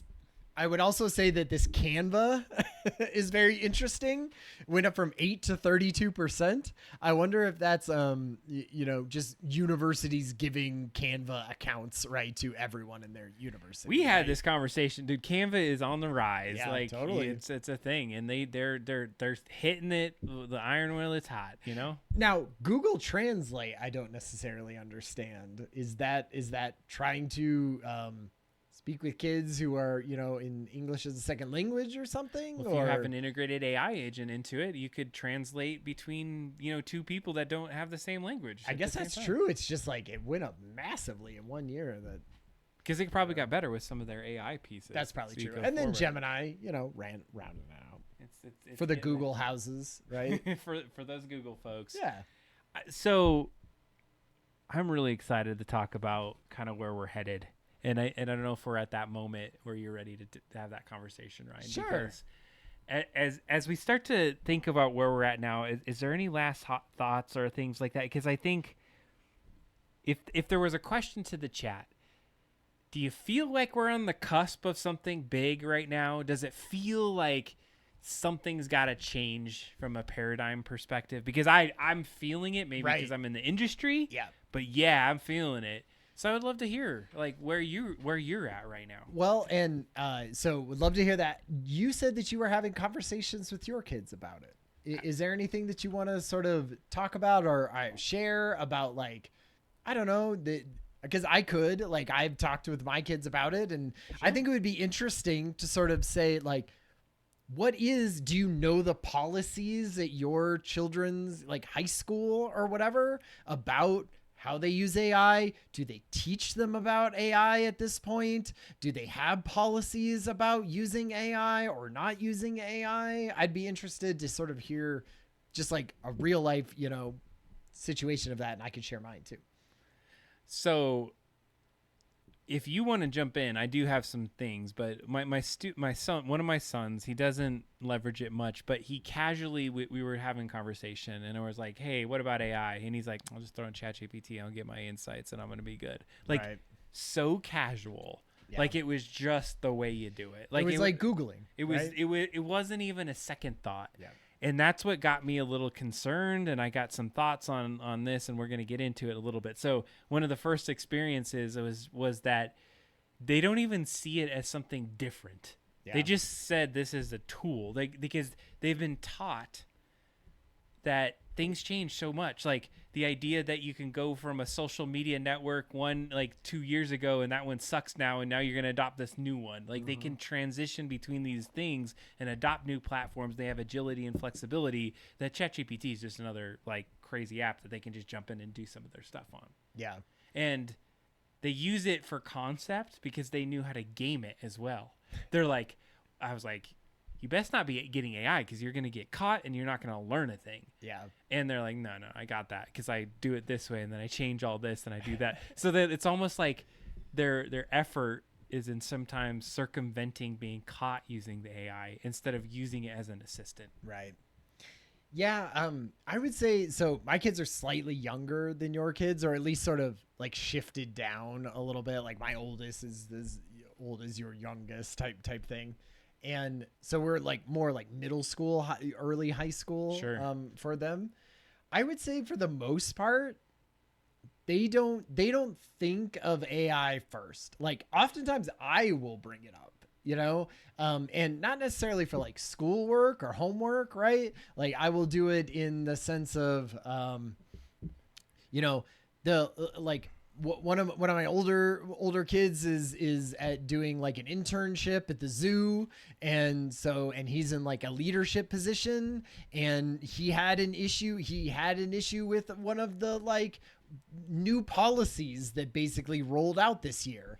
And he was kind of like, I gotta go and talk to the head person about this. Like he feels so passionately about that, like this is not good for the people, the kids, the teenagers that he's leading, and everyone, that he felt like he needed to go and talk to them.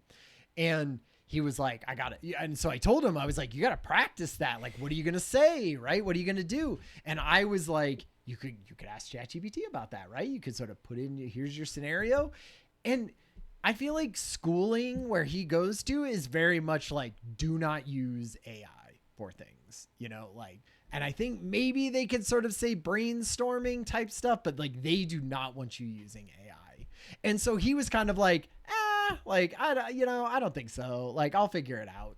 And he did. He was great. He practiced with me about it. Like he said what he was going to say. He took feedback. He incorporated the feedback. He practiced it again.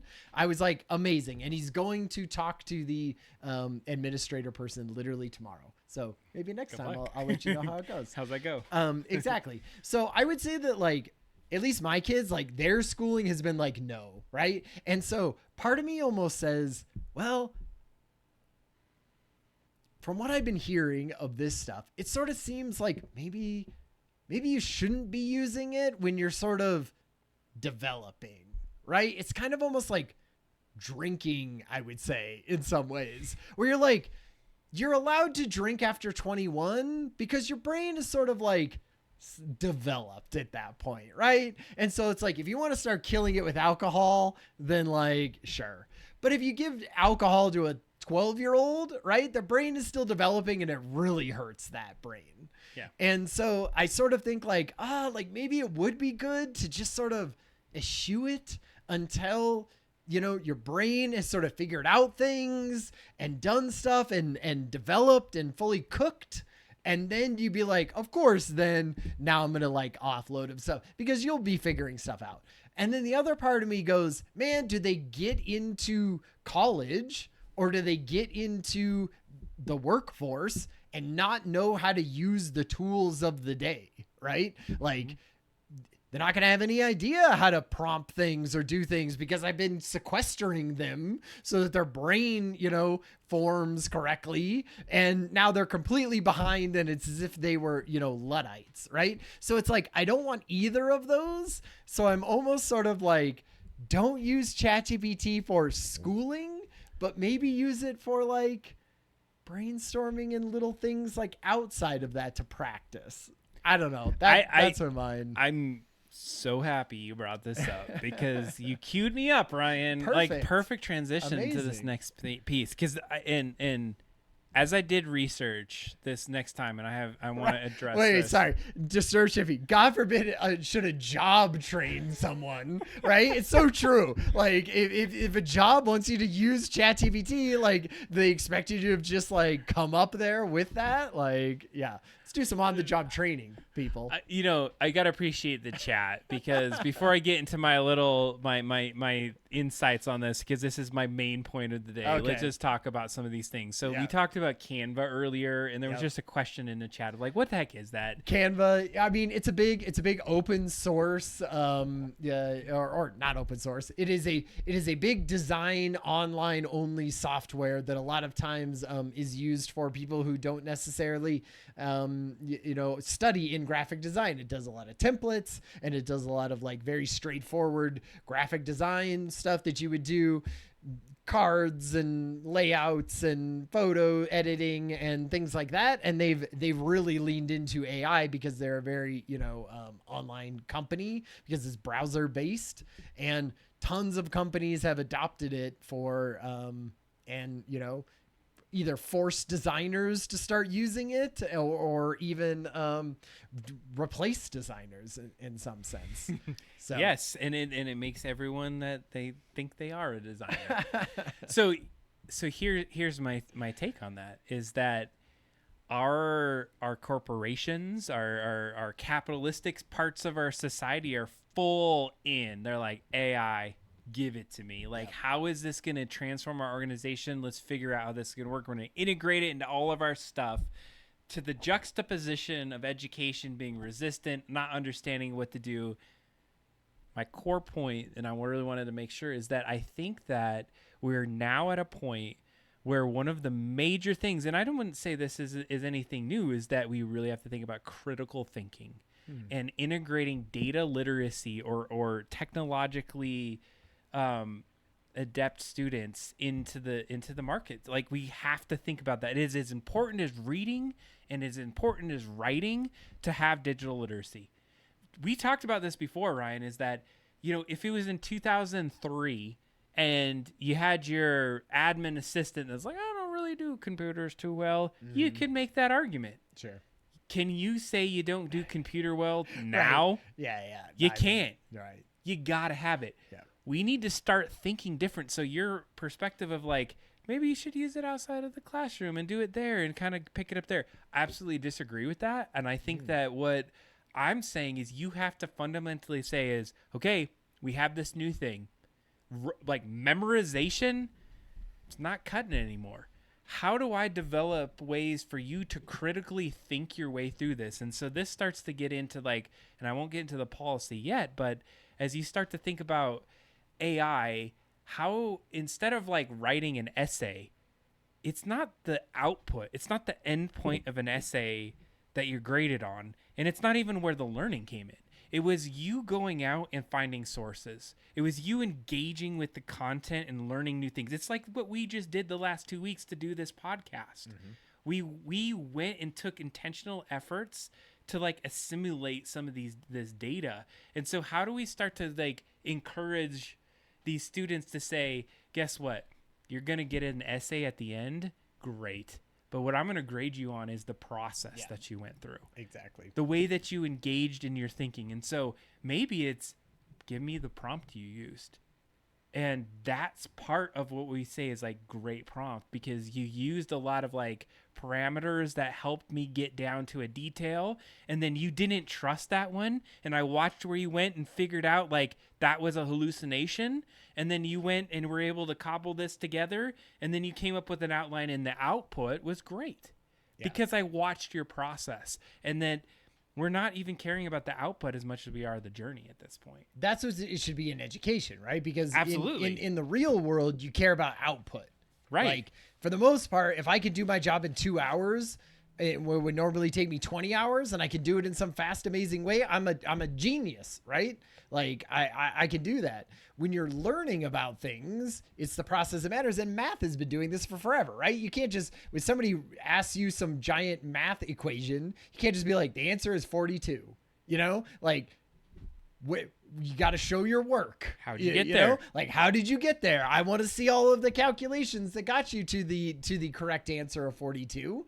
And that's, I think that's a big part of how we'll be doing that. But it's also one of those things where that is not how education is done, now or in the past. It was the output that mattered, right? Right. It wasn't like if you were just a genius and you didn't have to look up crap and you just remembered a bunch of things and you wrote out an amazing paper and you turned it in and it took you half an hour, like, that was great. Whatever. If you were in a group project and the group project was literally one kid staying up till 4 o'clock in the morning while everybody else went and partied. And then you turned in a big group project at the end and you got a B plus on it. Everybody got a B plus, right? Like a lot of it wasn't graded on sort of the thing of that. And I think that left out a lot of amazing input and talent and stuff that goes into, let's say, large projects, or let's say goes into something like that isn't necessarily part of the output that you can measure, right? So if that is the leadership that went into getting everyone together so that they could all help with the project, right? Or like the emotional intelligence to like get it all laid out for everyone and do that. Like a bunch of that stuff was not in the grading rubric, let's say, for the final. It was the final thing. And so I think in this case, when you start bringing in AI, you're like, I don't necessarily care about the end. Like, yes, there will, like you said, yes, there will be a paper that you turn in the end. Yes, there will be a project. But if one person only supplied only the content to that and stayed up till 4 o'clock in the morning the day before, like that person doesn't just get an A and everybody else an F, but like maybe that person gets a C, and the person who did all the background work and like helped people and did all of those, there's like a million different areas that you could be grading people on in that to show progress that you're making and the critical thinking that you did and the emotional intelligence and all of that stuff that like perhaps will be even more important going forward in the careers that we have, which instead of just grading them on the output that they performed. And I absolutely, I agree, like the grading on the output. And I think we've mitigated some of this. There's like peer reviews and like, okay, like as you do a group project, you're like, hey, grade your other people and how things go, but it can be gamed in certain cases. And I would say maybe that isn't as much like that's probably more university and, you know, that sort of area as opposed to K through 12. Right. And so what also you're kind of getting to is a point of like, when you take something out of the classroom, you're challenging the validity now, because like, did AI do that? Right. Do we know? And so I think this is also a different shift that we might see where COVID may have said, hey, remote is great, you can get people to do things remote in an amazing way, is that maybe what AI is doing, it's a driver of bringing people back to places in person. Yeah. Whereas that your grade now isn't the paper you turned in, but it's the way that your team went out and presented that paper, and they were very fluent and could answer those questions that were a little bit more critical, that really showed that you could answer the question, you learned something. Mm-hmm. And so that the physical spaces now and the physical presence that you have is going to be a more important assessment of your learning and your capabilities than being able to turn into paper. Yeah. So think about our organizations where you might just be always graded on those like ability to present in real time and answer questions versus can we trust that this article that you put out there, or as you're giving a presentation on a computer screen, that you're not just having a chat GPT like read it out and give your answers. It's just in my sunglasses. You have to do it in person to make that happen. What I think we're at right now, and I'm going to get a little bit in the policy, is that who can change this? The question is, do you trust the government? Do you trust even your state government to do this? Sure. I don't know if you can. I think this lies in educators, those that are in administrative roles and can actually change things at those level.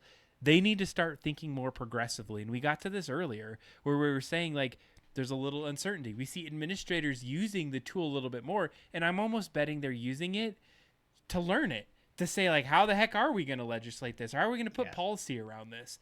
But then we got to start thinking a little bit more in a couple areas. We got to be, how can it be innovative? How can it be ethical? How can we move through building policies that are going to balance a lot of different pieces and not just say outright we're banning it? Yeah. But then it gives you these guideposts or these rails that you can be successful in, because now you say, here's the tool. We can say, let's say at a policy, at an institution says, if you use AI, You have to cite your source by saying the source. You have to screenshot or put a PDF of your prompt in there. You have to be able to, if you use Grammarly, you got to let us know that you've done that. And it starts to outline, say, if you use this chatbot, it's good. If you use this one, it's bad. And it essentially gives you like an ecosystem to be successful in. Yeah. So everyone, it levels the playing field in a certain sense. And then the other part of it, great. You can write a policy. Good job. Professional development. Right. You got to get these teachers that are overwhelmed and not having these capabilities, and you got to give them the skill sets to say, guess what? We're changing these things, and here's how you use these tools. And not only are you going to use them better, but it's going to help you in the classroom. You don't have to be overwhelmed. It's going to help you grade now. It's going to help you do these kinds of activities that are going to help your students as you go forward. One of the things that I wrote about that as we start to think about this evolution is as an instructor or as somebody that's maybe in K through 12, probably one of the hardest things that you got to do, and you said it earlier, is like you're at a formative part of your life when you're in those like middle school years and transitioning into those areas, is that feedback is important, and getting like what your grades are is super important. What's also tedious and a lot of work? Feedback. Yeah. Grading. Right. Like you spend how much time doing that. And not only do you have to do that, you also have the parent that's like, grr, I don't want my student to listen to or read How to Kill a Mockingbird. They're talking about killing animals, and this is a terrible thing. And if you don't change that and ban that book, we're done. Right. And or they got a B, and I think it should be an A. And so as a faculty member, now you have to be like, you're riled up. You're ready to go and answer that question. Like, what if you used AI who doesn't really care about the tone, or you can control the tone and say, help respond to this email, to not to escalate it, but to de-escalate and explain what's going on. And now you've like cut out a lot about that BS time that you would have done trying to rage against a parent in a case. Like, I think that those are those assistant capabilities where policy dictates what you can use. You can start to leverage it in better ways to grade and provide feedback, and you start to create these new ecosystems and cultures in our educational system. Yeah, and if we're still talking about like where we are right now, would you say that is something that? No, I think we're on the future. We're absolutely like where we're headed is like. These are I say the future is everything from tomorrow on. Yeah. Is that we need to start doing some of these things. Well, and there were some ideas that people had and things like that were like, oh man, what ideas are out there. One of the ones that I really liked was that people were trying. They were like, hey, say with a dedicated sort of tutor. That could be an AI tutor, and what are these tutors? It can dynamically sort of update the curriculum based on where the student is at. It's almost like as if every student had it's their own teacher, right? Who is sort of basically changing the lesson plan based on how well you were doing, changing the quiz questions to be the types of things if you're a visual learner, an audio learner, or things like that, right? Like adjusting all of that. And when you do those types of things, maybe it doesn't take 8 freaking hours every day to get the type of content that you need into your brain. And especially if the jobs of the future you're not going to need to memorize any of those things or have that. You almost just needs like exposure to them and to know that you're paying attention, that you can kind of, recollect some of those things. And that when we build on top of that next year, you're not just lost. Right. But like, maybe that only takes a few hours a day, 2-3 hours. What do you do with the rest of the time? And that's where I think, like, I love the idea of it being, well, you're doing that maybe by yourself or with you and your AI coach and your teacher, like, and that's what you're doing. You're doing that by yourself. And then the second part of that is the whole rest of the day you're working on, critical thinking stuff or building a big project all together and figuring out how to help your community or do something that is big and important and, you know, collaborative and messy and in the real world that requires talking with people and collaborating and doing all of that. And then you're like, that is where the teacher before was spending a couple hours helping you and walking around and making sure that everyone was getting on their lesson plan if they had any specific questions. And then the rest of that is sort of mentoring and leading through projects that teach you that kind of like stuff that you can't learn from that, something that gets you all together. And I was like, man, that seems like a great, like if we could get to that point, that feels like a big shift in how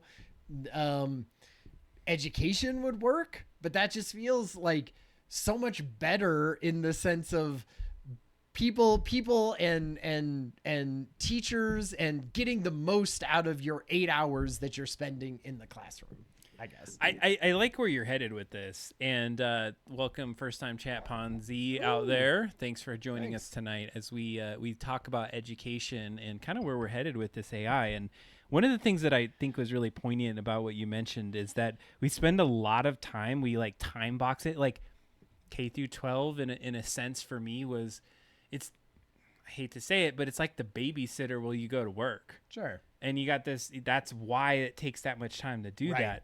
And what it's childcare. It's childcare. But what you're getting to and what I'm hearing and what I like about it is that let's spend a little bit of time on some concepts. So just get some grounding, some foundation, but then let's go apply it. Like let's get some hands on and how does AI get us there in a faster way or a way that kind of supplements that? And so you have your AI assistant coach that kind of gives you some back and forth and in the way that you appreciate it. Yeah. And then you go and start to apply it in maybe a bigger scale. What I think is interesting is to figure out how that application would work and how you would have a teacher be able to do that. And I think it's a lot of project based. And I always think it's funny because when you go to, and I'll give a personal anecdote, is stupid me as I graduate from college and kind of dumb, kind of come out and be like, sure, I'm a college graduate. Right. Come hire me, baby. Like, I'm so ready to go. And everyone's like, oh my God. This guy. Like, you're the freshest meat now on the market. Yeah, there's a bunch of people that have those degrees. Totally. And the delta from getting from I'm a graduate from a higher education institution to I'm now proficient in a job could be a big delta for some folks. And that's actually one of the things that people are saying now is that higher education institutions are not preparing people for the jobs that they're trying to accomplish. And this is the thing about higher education that's always been a big thing is that higher education should evoke how to learn, how to critically think. And then you take that and you apply it. And so what's the very first thing you do when you get on a job? You're like learning and getting hopefully sort of mentored by people and learning the ropes of it and all of that, right? I mean, and so it's on the job training. You're hands on. So right. So if you didn't have the critical thinking or those abilities to say, oh, new thing, cool, I got this, I'm going to figure my way through it, you're more successful. So if you have some of these skill sets to grow and then apply it, that's important. So if you start doing that earlier, you get people on the job or doing projects or doing things that are a lot more effective and it like really sinks in, you're going to have people that grow in this society that is going to be more engaged and have this capability to jump into the job force and move us forward. And I would say that it's one of those things where we sort of got too far down the road of white collar knowledge work is what is important and gets you a good job and deals well, like is respectable in society, right? So the more education that you got. And so what that meant was like test scores got to go up, right? And so everybody was like hammering it home and making sure that we test prep and make sure everyone was doing this really well. And now we're in like a post, I don't want to say intelligence world, but like post like that being the only thing that is going to be important, right? Because it was memorization. Yeah. It was having to like know things that are now just at our fingertips. Yeah. But so is the internet. Like the internet was always at your fingertips, right? Like knowing everything and knowing that it was just like it took a little bit extra then. You had to know how to search how to get into you got to search it, you got to like be able to look up the right things, and now it's just we've concentrated the internet into just a conversational interface, right? Where you can query the internet with whatever sort of dumb language that you can use and it figures it out, right? And gives you what you need. And so we've really gone past, that being the sage on the stage who's going to go up and has all the knowledge about something, right? Which is sort of what we hired for. That's what we hired, programmers for, because they were amazing at programming things, right? Like, and they had all this knowledge and they had done all this, work in the back end and real life work. And now it's like less of that. And so I feel like in the future, it's going to be a lot more, how do you work together with something? Like we're sort of going back to the idea of like smaller groups. How do you work with each other? How do you plan something big and organize it and move it forward through a society? And what's great is, yes, we still probably have to send kids to school for 8 hours a day because we kind of do need it as childcare in somewhat ways, right? Because like, if we're still working 40 hours a week or whatever, like we're still going to need some of that. Well, we should be working 32 hours and using our damn assistants. Woo, Bernie. But if we can cut that down, because before to cram as much knowledge as you needed to be a white collar worker, you had to know all of that stuff and you had to be hammered home, and it took 8 hours because everyone was at different levels and you had to teach everyone, and we had to do music and we had to do art and all of that. And so maybe if it's like cut down a little bit, where we could spend more time with art, or we could spend more time with collaborative projects, and we won't have to spend every time 6 hours a day in SAT prep. Well, and I want to call out Ponzi said something out there that I think helps us to move forward. Said the government giving children AI agents that monitors their development and shapes their views. What could go wrong? Yeah. And I love that we can go to this other side, because I actually got a story. Right now, there are testing in China by putting headbands on students that are being able to track certain things to track their attentiveness. And so we're kind of thinking that the human isn't being like tracked in these AI, scenarios of the future. But imagine that you go to school now and you have to put AI headband to say, how engaged are you? Right. And what are the ethical implications of that? Or, what if you're now graded not only on did you show up, but did you pay attention for the right percentage of the time? My percentage of eye contact with the teacher during but class? Think about this. Like, scale this thinking up. What if you were tracked throughout your entire school now based off of how your engagement was? Now you have all this data of, oh, this guy is not great because they did all of this through their school, and the data says that they're not a great person or a worker, and they took all this insight. And I don't know, maybe is that a good or a bad thing? Like it's an invasion of, it is. It's like you're great. You're looking at someone. So I would say it's tough because there is this balance line, right? There's the line of too much autonomy, too much like just being taught by sort of AIs and doing that, and the idea of too much kind of ripping that out of everything and not allowing anyone to utilize that technology or anything. I feel like when I was researching this topic, I found this to be one of the most topics in AI where I thought, man, this could do maybe the most good of any AI, thing that I've been thinking about. Yes, we can, mechanize some certain jobs and things like that, right? And it can help us, and it can be this tool that does it. But when I saw like people, and they were talking about like AI coaches, right? And AI tutors that like develop and are alongside you your entire schooling and know about you and how like you learn and how you can best like be excited about learning and bring you along on an amazing journey that gets you in, like they would talk about flow, right? Like the flow where it's not so difficult that you give up, but not so easy that you're bored with it. Like that's where video games get you, is in that flow of it being just hard enough.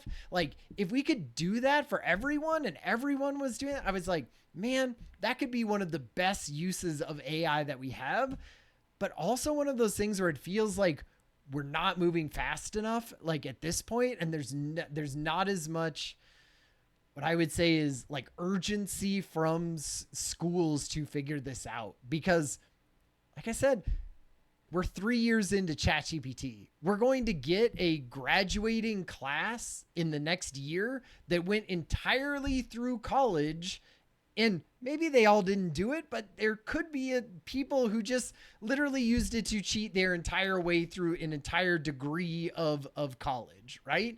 And then they will be heading out into the real world with like a very much worse education, I think, than the people that did before them. And I think they're shorting themselves, and you kind of have to look at it as some people don't want to use it. And some other students are absolutely against that. Sure. At this point. And so I think there's still even a divide, even in those that are like, I know that if I use AI, it's going to screw me up and I'm not going to use it.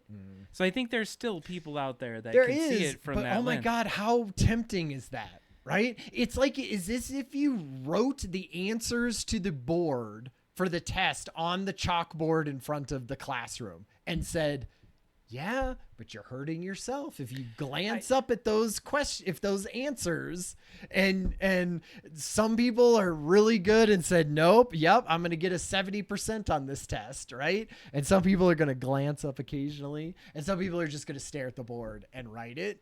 And well, that's so hard to get 17-year-olds or 19-year-olds to do that. And I'm not saying, like, I think that's the point, is that if maybe in those developmental phases of your life, as we start to look forward, is that we have to look at different ways to just integrate this into it. It's got to be, and I go back to the critical thinking aspects and how we start to think about that as just as important as reading and writing as we go forward. No, true. I think one thing you mentioned too about gamification, and one of the things that I love about AI and the concept that we're talking about here in education is when you go and you play a video game, and we've talked about gamification before, is that it like delightfully frustrates you. Right. It's one of those things where as you go along, you fall in that pit and you're like, oh, great, I just need to jump a little less or more at this point.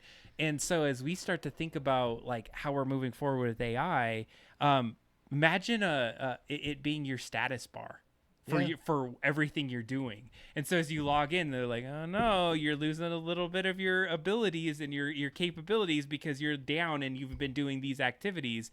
And so it's going to give you this real-time feedback that I hear in higher education is sometimes a challenge. Like you turn in a paper 3 weeks later and you don't even have you have like basically a grade and no feedback in certain cases. Whereas now you get instantaneous feedback and you can adjust on the fly as you go forward. And I love the idea of, it's like, gamification works for some people, right?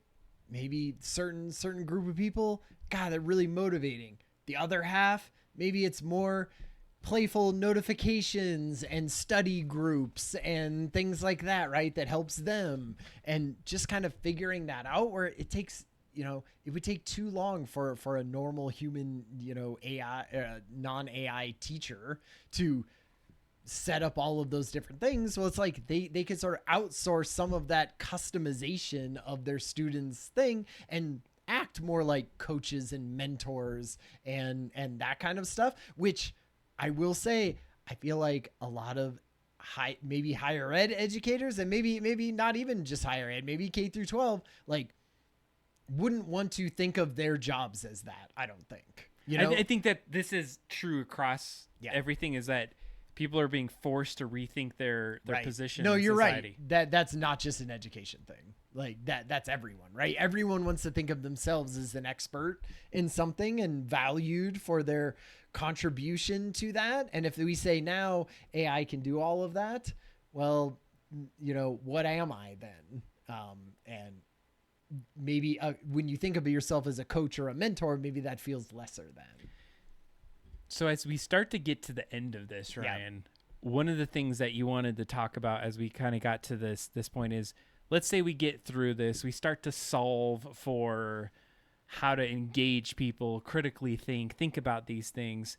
How do we then take the credentialing or the assessments of what you learned so that it means something when you get into the workforce or have to apply that in different ways? Because right now, you basically got a receipt when you step out of college. Yeah. And you got some numbers and letters and some things on there that kind of are supposed to tell you the value of who you are and what you accomplished. And so if you get into this AI world, and this was something, I read this book, The AI and the Future of Education by this Pritin Shah. And they got into some of these concepts of what this might look like as you start to go forward. And they were saying, like, it's more about those fine-grained learning skills, those very specific things that you're able to suss out. They're sometimes known as even micro-credentials. So you have these little details that you're able to show. We're back to badging. We're back to Mozilla badges at this I don't point. think it ever left, but a combination of all of those. And I think, portfolios have been a part of things, but like think about a portfolio now, not of just your work, but your specific skills, or as you've been going through your education and now you did your 2 hours of whatever you needed to do, like learn some concepts, but then you applied it. Like, what if schools were like actually solving real issues? Yeah. And then now your portfolio was like, hey, we figured out this challenge and, being able to feed this like particular part of town because they didn't have enough like access to food or something like that. And so that's now your portfolio. You're like, oh, you learned to be able to do that and you applied these skills to it. Great. That's a great little tick mark on who you are and what you can bring to what we're trying to accomplish. Yeah. I mean, man, I don't feel like universities is going to want that. Don't you think? Well, the problem is, regardless of what you want, and I can see this right now being in higher education, is that they're adapting to it. It's already been a thing prior to that. So they have what we call interdisciplinary degrees. Okay. So a lot of people that haven't completed a degree, they went and took a smorgasbord of classes, and they're like, credit-wise, maybe 10 credits away from an actual degree, but because you differentiated it, it didn't aggregate into something. Now they're saying is like, yeah, we can bring those together if you take this kind of thing, and now we'll credential you. And so I think universities they see it. They have to adapt. If there's going to be, okay, think about it this way. When did you get your degree, your undergrad degree? When did you graduate? 2003. Me too. Do you really think it's still valid today, Ryan? No. Is it valid today? No. So the model of education is BS. Like, I see a PhD and I'm like, hey, when did you get your PhD? Well, it was 1990. Okay. Is it truly, like, does that, maybe you did research, maybe you did your time over time to keep engaged with what you've done, but wouldn't it be better if you, and I hate to say it this way, but what if you had a subscription to your college? Right. In my discussion on the way down here, the idea of sort of a continuous journey of education came up, right? And then, hey, you know why those were hard before? Because you had to have a freaking teacher there to help, or you had to do some online thing and there wasn't anything. But if I could pay for, or if I could be an alumni of a college and I get ongoing stuff and it's a very specific tutor type thing, this is where I don't get, and I know we should be wrapping up. One thing that I was thinking about of the future of this is like, what would be amazing? How come Harvard doesn't have their own AI tutor person? They probably do. That is right and is like trained on articles and all the stuff that is like specific to Harvard, right? And papers and the staff that is there helping to do it. And then the reason that I would pick Harvard over Yale, right, is I would be like, they say, hey, this tutor only Harvard kids can use it, and it's made on all of this stuff that like makes Harvard amazing, and we're not going to bust you for doing it because it doesn't just write papers for you. It helps you through the process of that, and you can't like get out of that. You can't just force it to write you a paper, right? If they could get to that point, I feel like that would be such a differentiator for colleges and everything. You would have specific tutors and AI that you're allowed to use, and when you're using it at the college and you're using AI and you end up with your paper in the end, if it wasn't used through the Harvard AI, it's not even like accepted. So I think we're getting there. These closed kind of areas here. I think there's just a lot of mistrust. Like it feels, if you say something has AI involved in it, usually you're like your confidence in like its awesomeness is down. If you see an M dash in an email, you're like AI, this guy, like, and you don't trust it as much. And so I think we got to switch that perspective as we start to go through. Sure. One of the things that you had mentioned is like how close are educational institutions ready for like having their data organized. Oh, see, okay. So this was the thing where when I listen to podcasts about this, a lot of the people who are doing for businesses, they go to businesses and businesses are like, I'm ready to enter the agentic workforce. Come and tell me how to bring these AI and fire all these meat bags. And they come in and they go, your entire thing is like built on data. And the only reason AI works is because it has all this amazing data on everyone. And if you don't have that organized well and ready to go, then like none of this shit is going to work. Right. And so I was wondering, like, we talked about smart cities a couple times ago and we were like, is that worth it to give a smart city and a government all of my data? We decided probably not, right? Probably not. I was sort of thinking like when you're talking about students, maybe it would be worth it to give them all the data of like how you're doing, how you access things, how you're doing that. Because then if you turn in a paper and every one of your papers is an A+ and every single one of your tests is a D-, I think we're going to figure out pretty freaking quick that you're using AI to write those papers, right? But it's like you need all of the data of everything that you've ever done to be able to like have an agentic thing, grade you basically on all of the steps that go into it. And I was like, man, to me, I don't know. Are universities in that place that they could start utilizing? If you know what FERPA is, then that's going to be something that I would say is a hard pass. Like right now, even in just like managing data is a major thing of like who can see it, how is it correlated, what are those different places? Like there are what you call at other institutions like an ODS, and that's an open database storage or operational database storage. It's essentially, think about an organization right now, and you have all these systems. So LMS, learning management system. You have a SIS, a student information system. All of these systems are collecting data, right? Now, if we want to use the data from a system that's live, like you want to go register for your classes right now. Let's say you want to be able to log into that system and get your classes, right? If I'm also querying it on the side to use AI, your experience of being able to log in is all slow and crappy because somebody's like hitting the data. So what's happening is there's builds of all the data from the system that gets collected and put in these big ODSs that are out there. So there are big pots of data that can be used to train and do this thing on. But it's like federally protected or something? I think it's someone. I mean, there's not just federal, but there's protections across versions of that data. And then also, if you think about just like globally, there's other laws and things. GDPR. You should be able to purge that data. And so if you and especially these are minors, right? For the most part. But if you had data that's integrated into an AI, and then there's this law that says you should be able to delete everything, and you just got trained on it, right? I think my answer to your question in a simple way is that the data is there. I think there's a lot of blockers and barriers to being able to throw an AI at it and be able to pull that, because we don't even know how some of this AI works at this point. Yeah.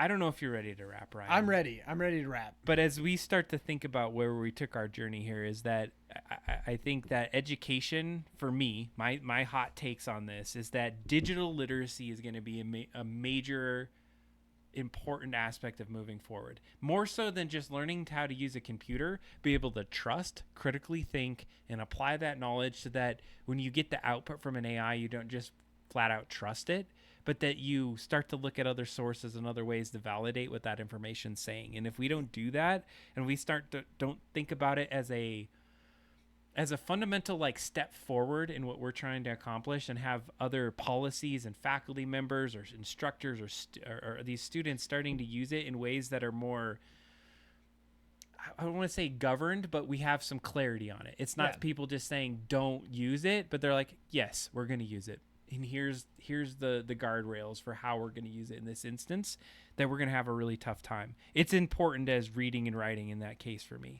Let me not push back, but say, is digital literacy in an AI world different than digital literacy was 10 years ago?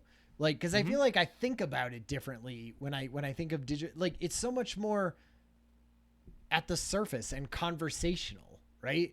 Like, when you thought of digital literacy 10, 15 years ago, that was sort of like navigating the internet and passwords and it could even be things like how to talk with people online, right? Doesn't that shrink when you are talking to like an artificial intelligence that's sort of conversationally talking to you, and you're not navigating all those different systems and all that different stuff? Oh, I think it's cybersecurity. It's knowing when to let that thing in. It's knowing how to log into that thing. It's knowing how to bookmark and trace the references in those pieces. It's the whole ecosystem around what we're doing. We are engaging with a platform and a technology. Yeah.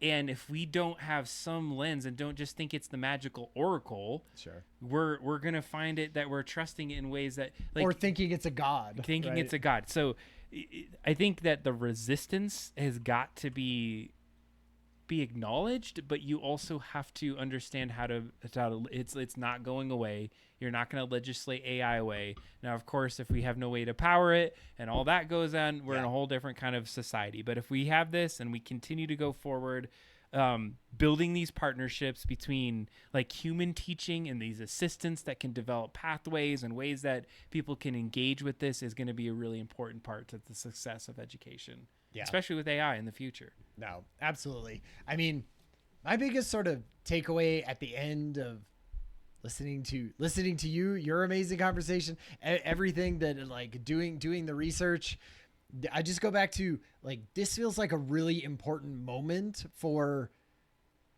education to have to pivot at some point. And I don't know exactly what that looks like. We talked about some of the scenarios. Each one of those scenarios is very different than how education happens right now. And I'm scared that it's going to take too long and we're going to get multiple not generations, but multiple like cohorts of people going through college and high school that are cheating their way through it and cheating themselves out of it. And we're not going to like figure it out quick enough to help 5-10 years worth of students. And then when they get out into the workforce, like, I don't know what that's going to look like because we haven't had anything like that before, right? And then what happens when those people are in leadership? And what happens when those people are running for office, right? And what happens when they're making the policies and they have the most money, in society? I feel like it could be really scary if we don't figure this out, quickly. And I would say, and this is probably my last comment, is that we've been myopic on AI being the one issue with education. There's a slew of other things that we're not even touching, like, low birth rates in certain cases that are, you have less students going through there. Like, there are all these other strings that are pulling on education in a general sense. Yeah. That it's not just AI. And so, as I would say, like, working in industry right now, is that in certain cases AI isn't the top of the list. It's not the thing that is necessarily driving. It's one of the many factors that, a lot of people are saying you have to change in a lot of different ways, like cost and all these other areas. Disturb Shifty.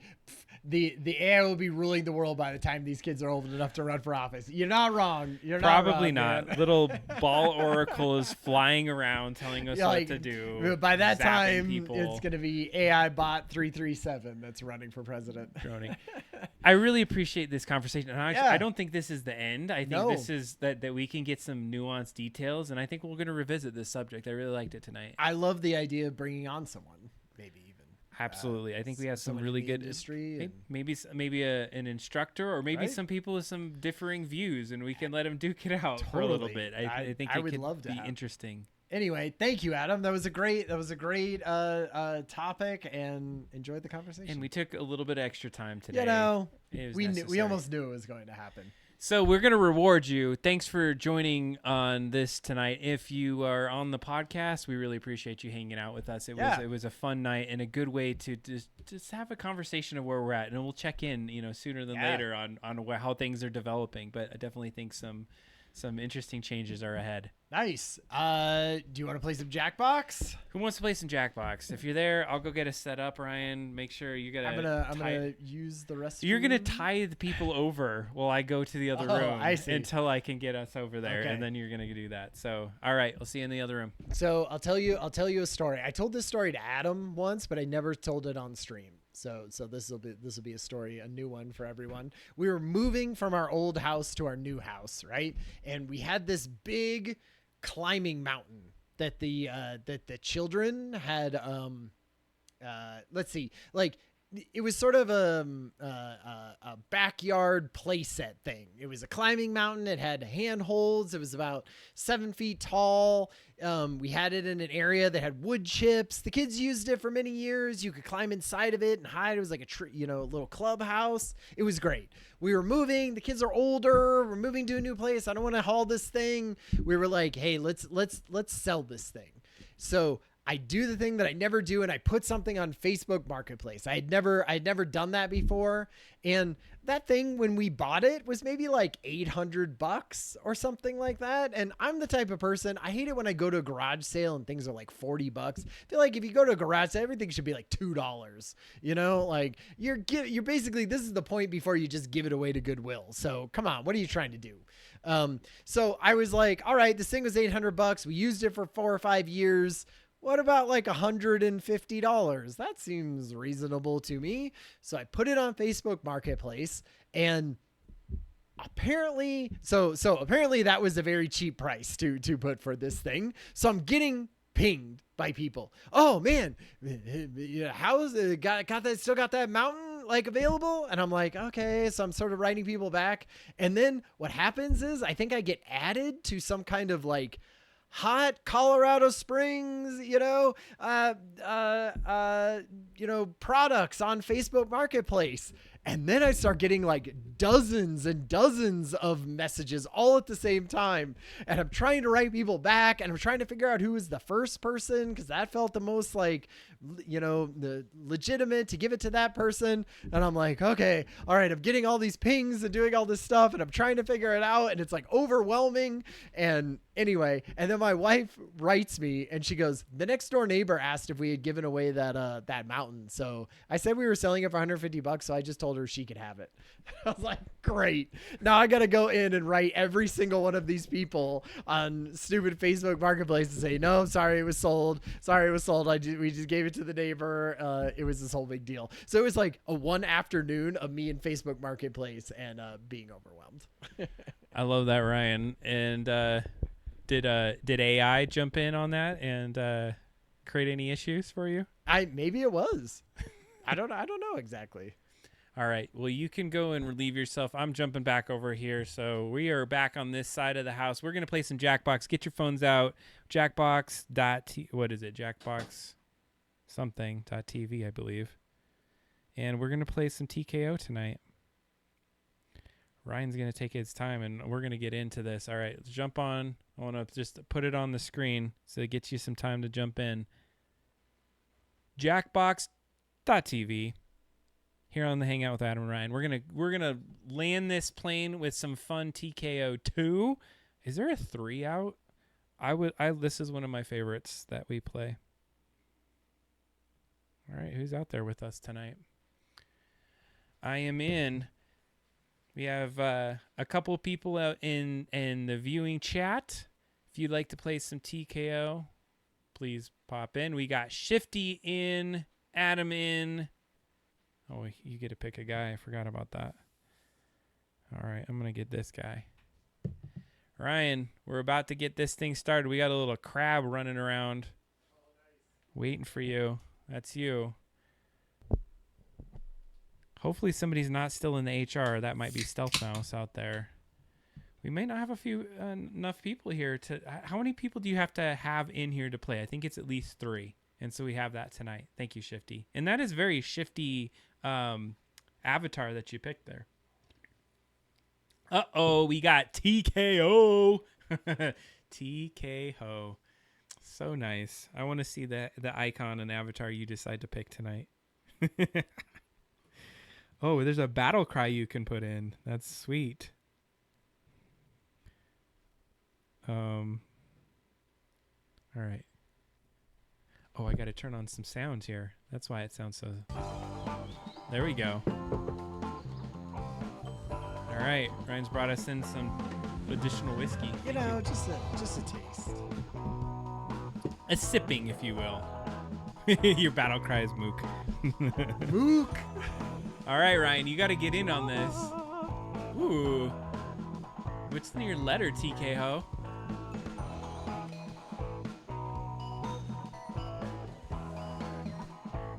Game volume is really loud. All right, fair enough. Tell me how this sounds. That better? Huh? Thanks for the feedback. When people give us audio feedback, I would hate to... I think it was... I can't remember how long we had gone through bad audio. I think it was like 30 episodes before somebody's like, hey, you're a little light out there. We're like, hey, thanks for the heads up on that one. It's always good. Always appreciated. Are we ready? We got 4 of us in there. We're going to start it out. No, he Higgs? No, he Higgs tonight? No Stealth Mouse tonight. I think No they were Stealth Mouse. when she was in the ER, so not her, but her son. I sort of assumed she was working or something. No, she had to go to the ER. Oh man. To take some. Okay. So that's why. All right, we're Nice. starting it out, folks. Here Let's we do go. it. I'm excited. I like this one. Welcome back Oh, this to is t-shirts, right? T-shirt Mhm. Island. Cool. I am the new tournament mistress, and under my watch, the time of fashion combat has returned.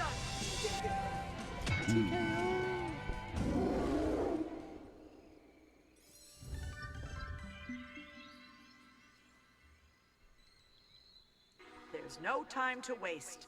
I'm looking for 3 drawings from each of you. You have everything you need to create them on your device. That's right. Start drawing now. Draw whatever comes to mind. Need a quick idea? Slap that suggestion button.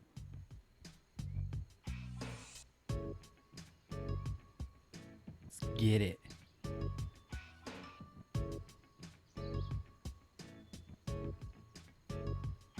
You're doing 3 drawings in total, so pace yourself. And after the first 60 seconds or whatever, you still have 3 like multiple drawings, right? Yeah.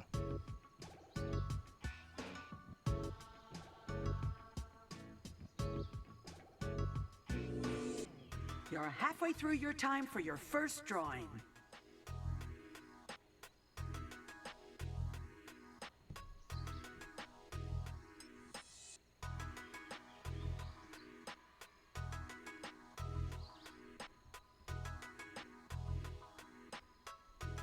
My big stubby fingers. I know. Why don't I have stylus-sized fingers?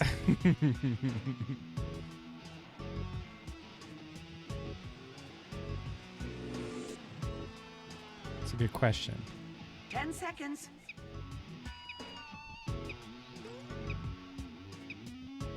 Does it force you to like do your drawing and push it through? I guess it does. If you haven't started your second drawing, maybe, do that.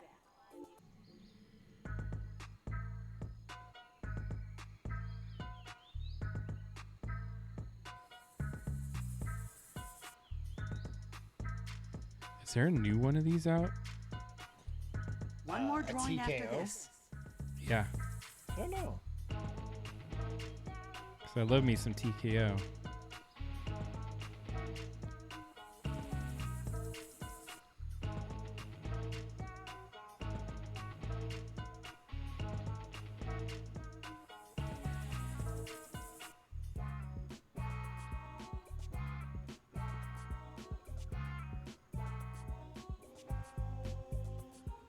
You're halfway through your time.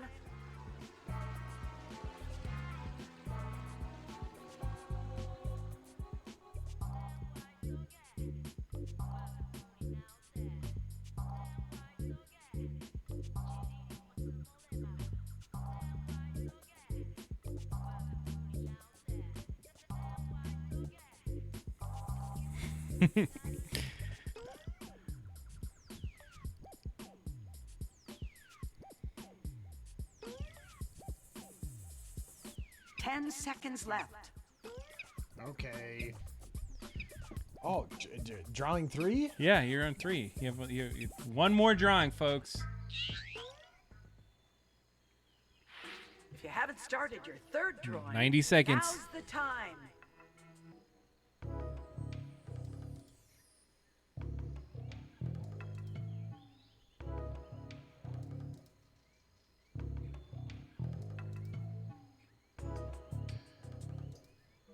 This is your last drawing. Don't you phone it in.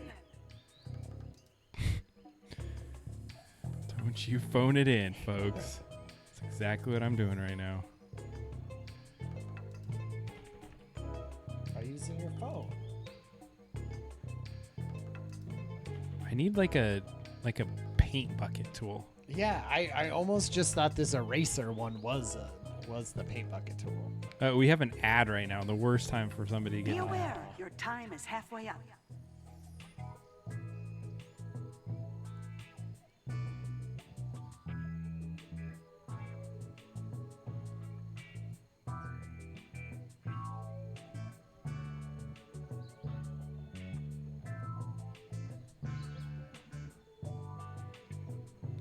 "20 seconds, folks.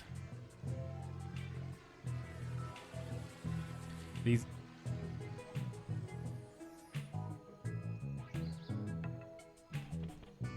10 more seconds. All right, we're going for it, folks.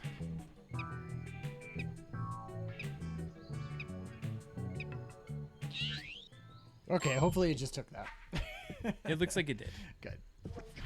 Slogan writing time. I'd like at least 4 from each of you. Start writing now.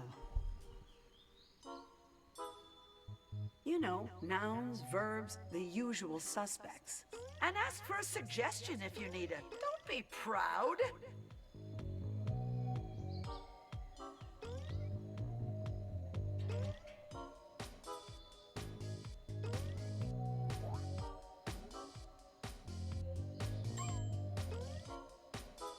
Seriously, don't worry about making sense with these. You're halfway through your time.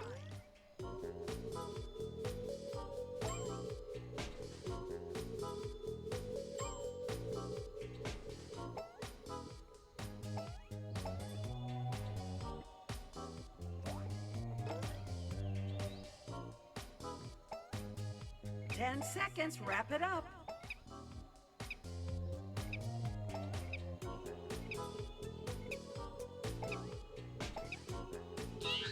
Oh, my last one was going to be the Makes a best great one. shirt. You do, apparently. Choose one drawing and one slogan to make one contender for battle. Begin now. Remember to check out the different clothing and writing styles you can I use. like this one already. Fashion and battle are about making decisions.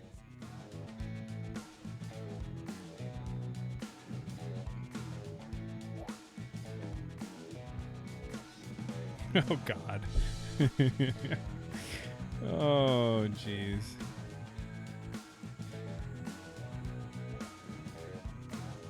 "30 seconds left.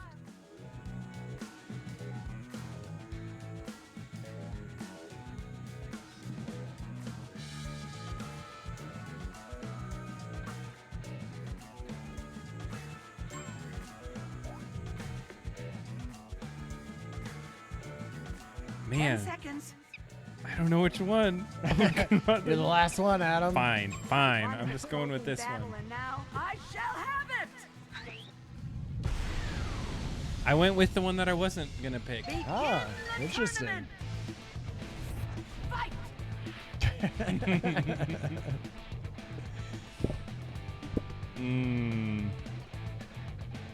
That whoever did that little mushroom drawing was good. That was very good. Oh, Ooh, split. split I decision. settled ties. This time, it's the tank top.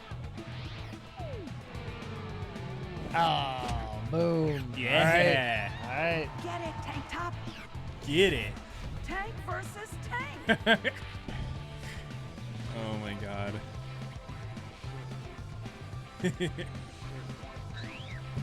That's a good tank top. Yeah, it is.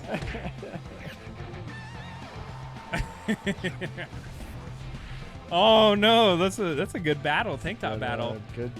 Good sleazy tank top battle. Terrible ones. Oh man, that's a toughie. It's tough. Which level of sleaze do you want? All right, Shifty. Shifty be going for it. That's a good one. Mook. Bravo tournament winner. Yeah, Wander off. slogan. We're not Heck done. yeah. Slogan and drawing.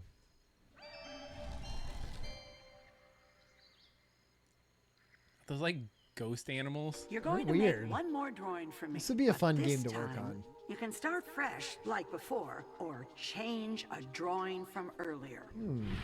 That's right. Check out your options and choose now.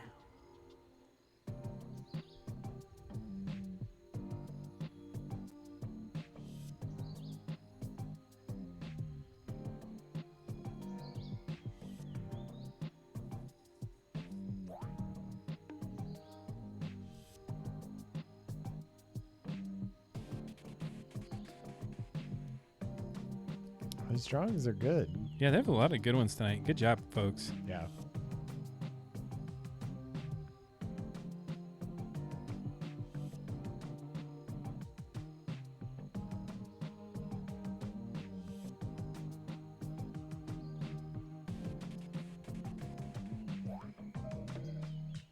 Okay, you've all made your choice. Now get busy. We have 100 seconds for this one. Wow.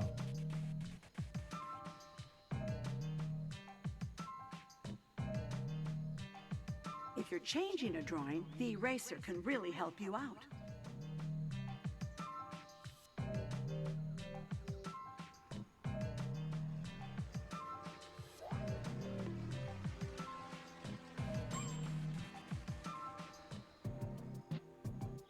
Really give me something to put on the fridge.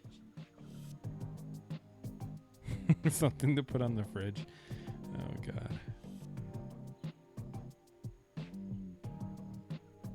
Do you hang a lot of pictures on the fridge? Kids' artwork? Yeah, I've done that. Yeah. It's a good place to do that.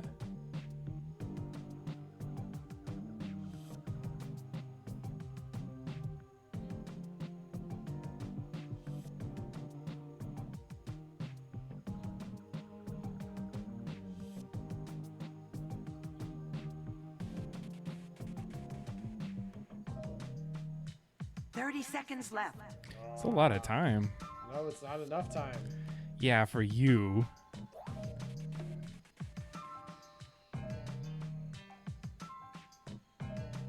There's an undo. Okay. Thank gosh, there's an undo. 10 seconds left. I'm in for it. Shifty and try enemy. 4 seconds, folks. 3, 2. Done. I usually don't change. Now for a few more Drawings, slogans. but I did at that least this time. 4. Begin writing now. Oh shit.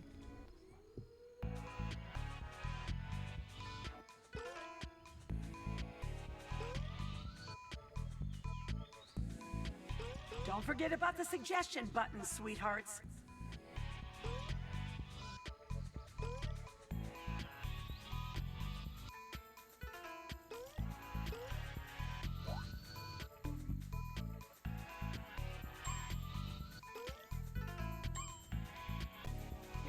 halfway through your time.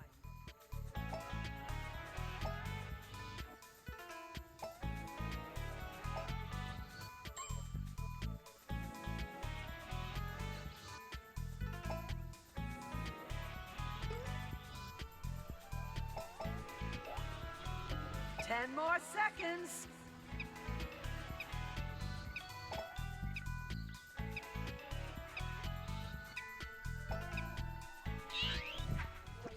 You've got a garment. Those to are always make fun. with You're just some like new off the toys top of and your head. What slogans to help you do random it. stuff Go! comes to your head? Oh, jeez. Remember, you control the garment and slogan style. Make it count. All right.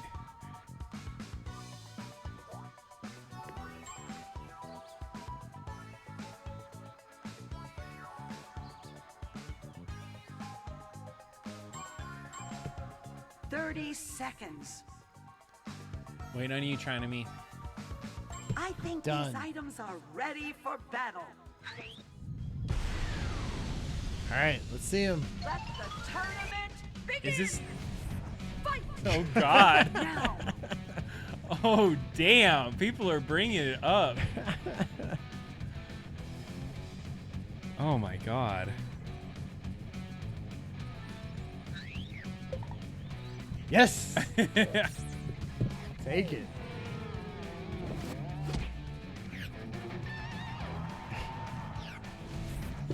Was it oh my goodness. Double poops. Oh my God, which is the better poop? Shoot. Oh man, these are both good. Yeah, they are. Alright. I wonder if it knew to do that. How did it do that? How did it know? Yeah. Oh man, all right. Yeah. Uh-oh. Yeah, you gotta vote It's for like your own. you gotta vote for your own. That's how it works. Hey. Oh, you got Yeah. it. You had a better You know drawing. you want this. Yeah, you did. You show 'em, T-shirt. Yeah. Good job. Dang, dude. and check this We out. got a winner. Oh, nice. Don't get cozy. There's Love it. more to do. You know you want this. Thank you, TKO. That amazing title. In the final round, our 2-round winners go head-to-head. This time, vote for your favorite and keep on man. voting until the power bar of your favorite choice is full. My thing is 3, broken. 2, 1, Oh, there we go. Go!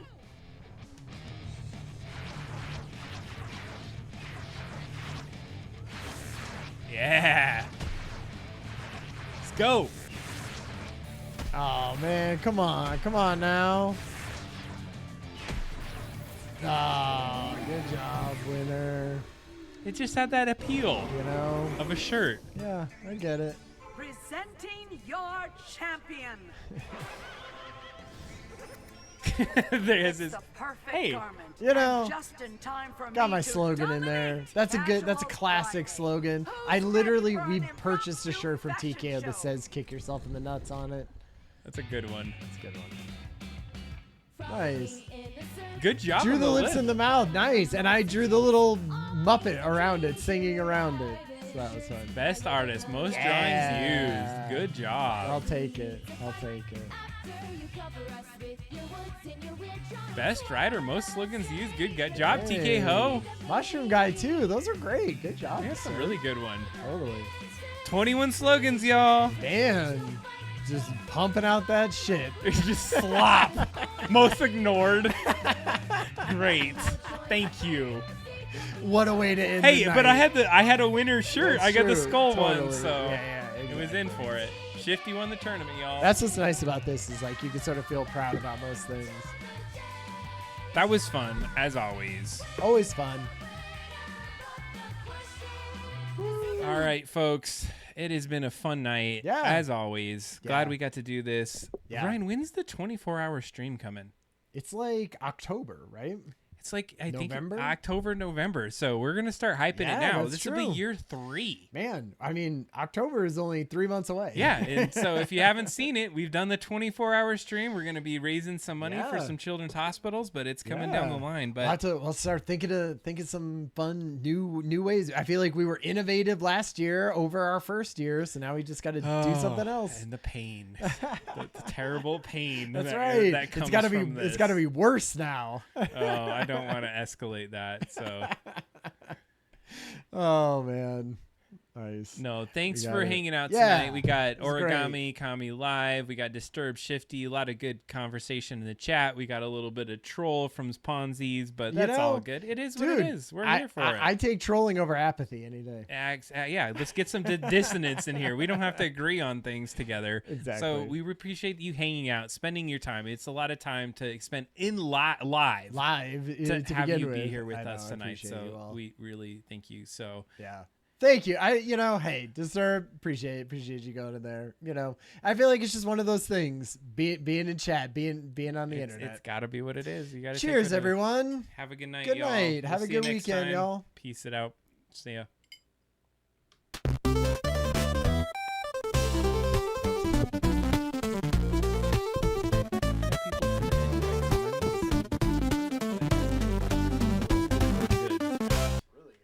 There was like 10 people in that whole time, basically. Yeah, I love that. Like 11, 12. That's great. Can I just leave these in here? Or Yeah, just leave them in there.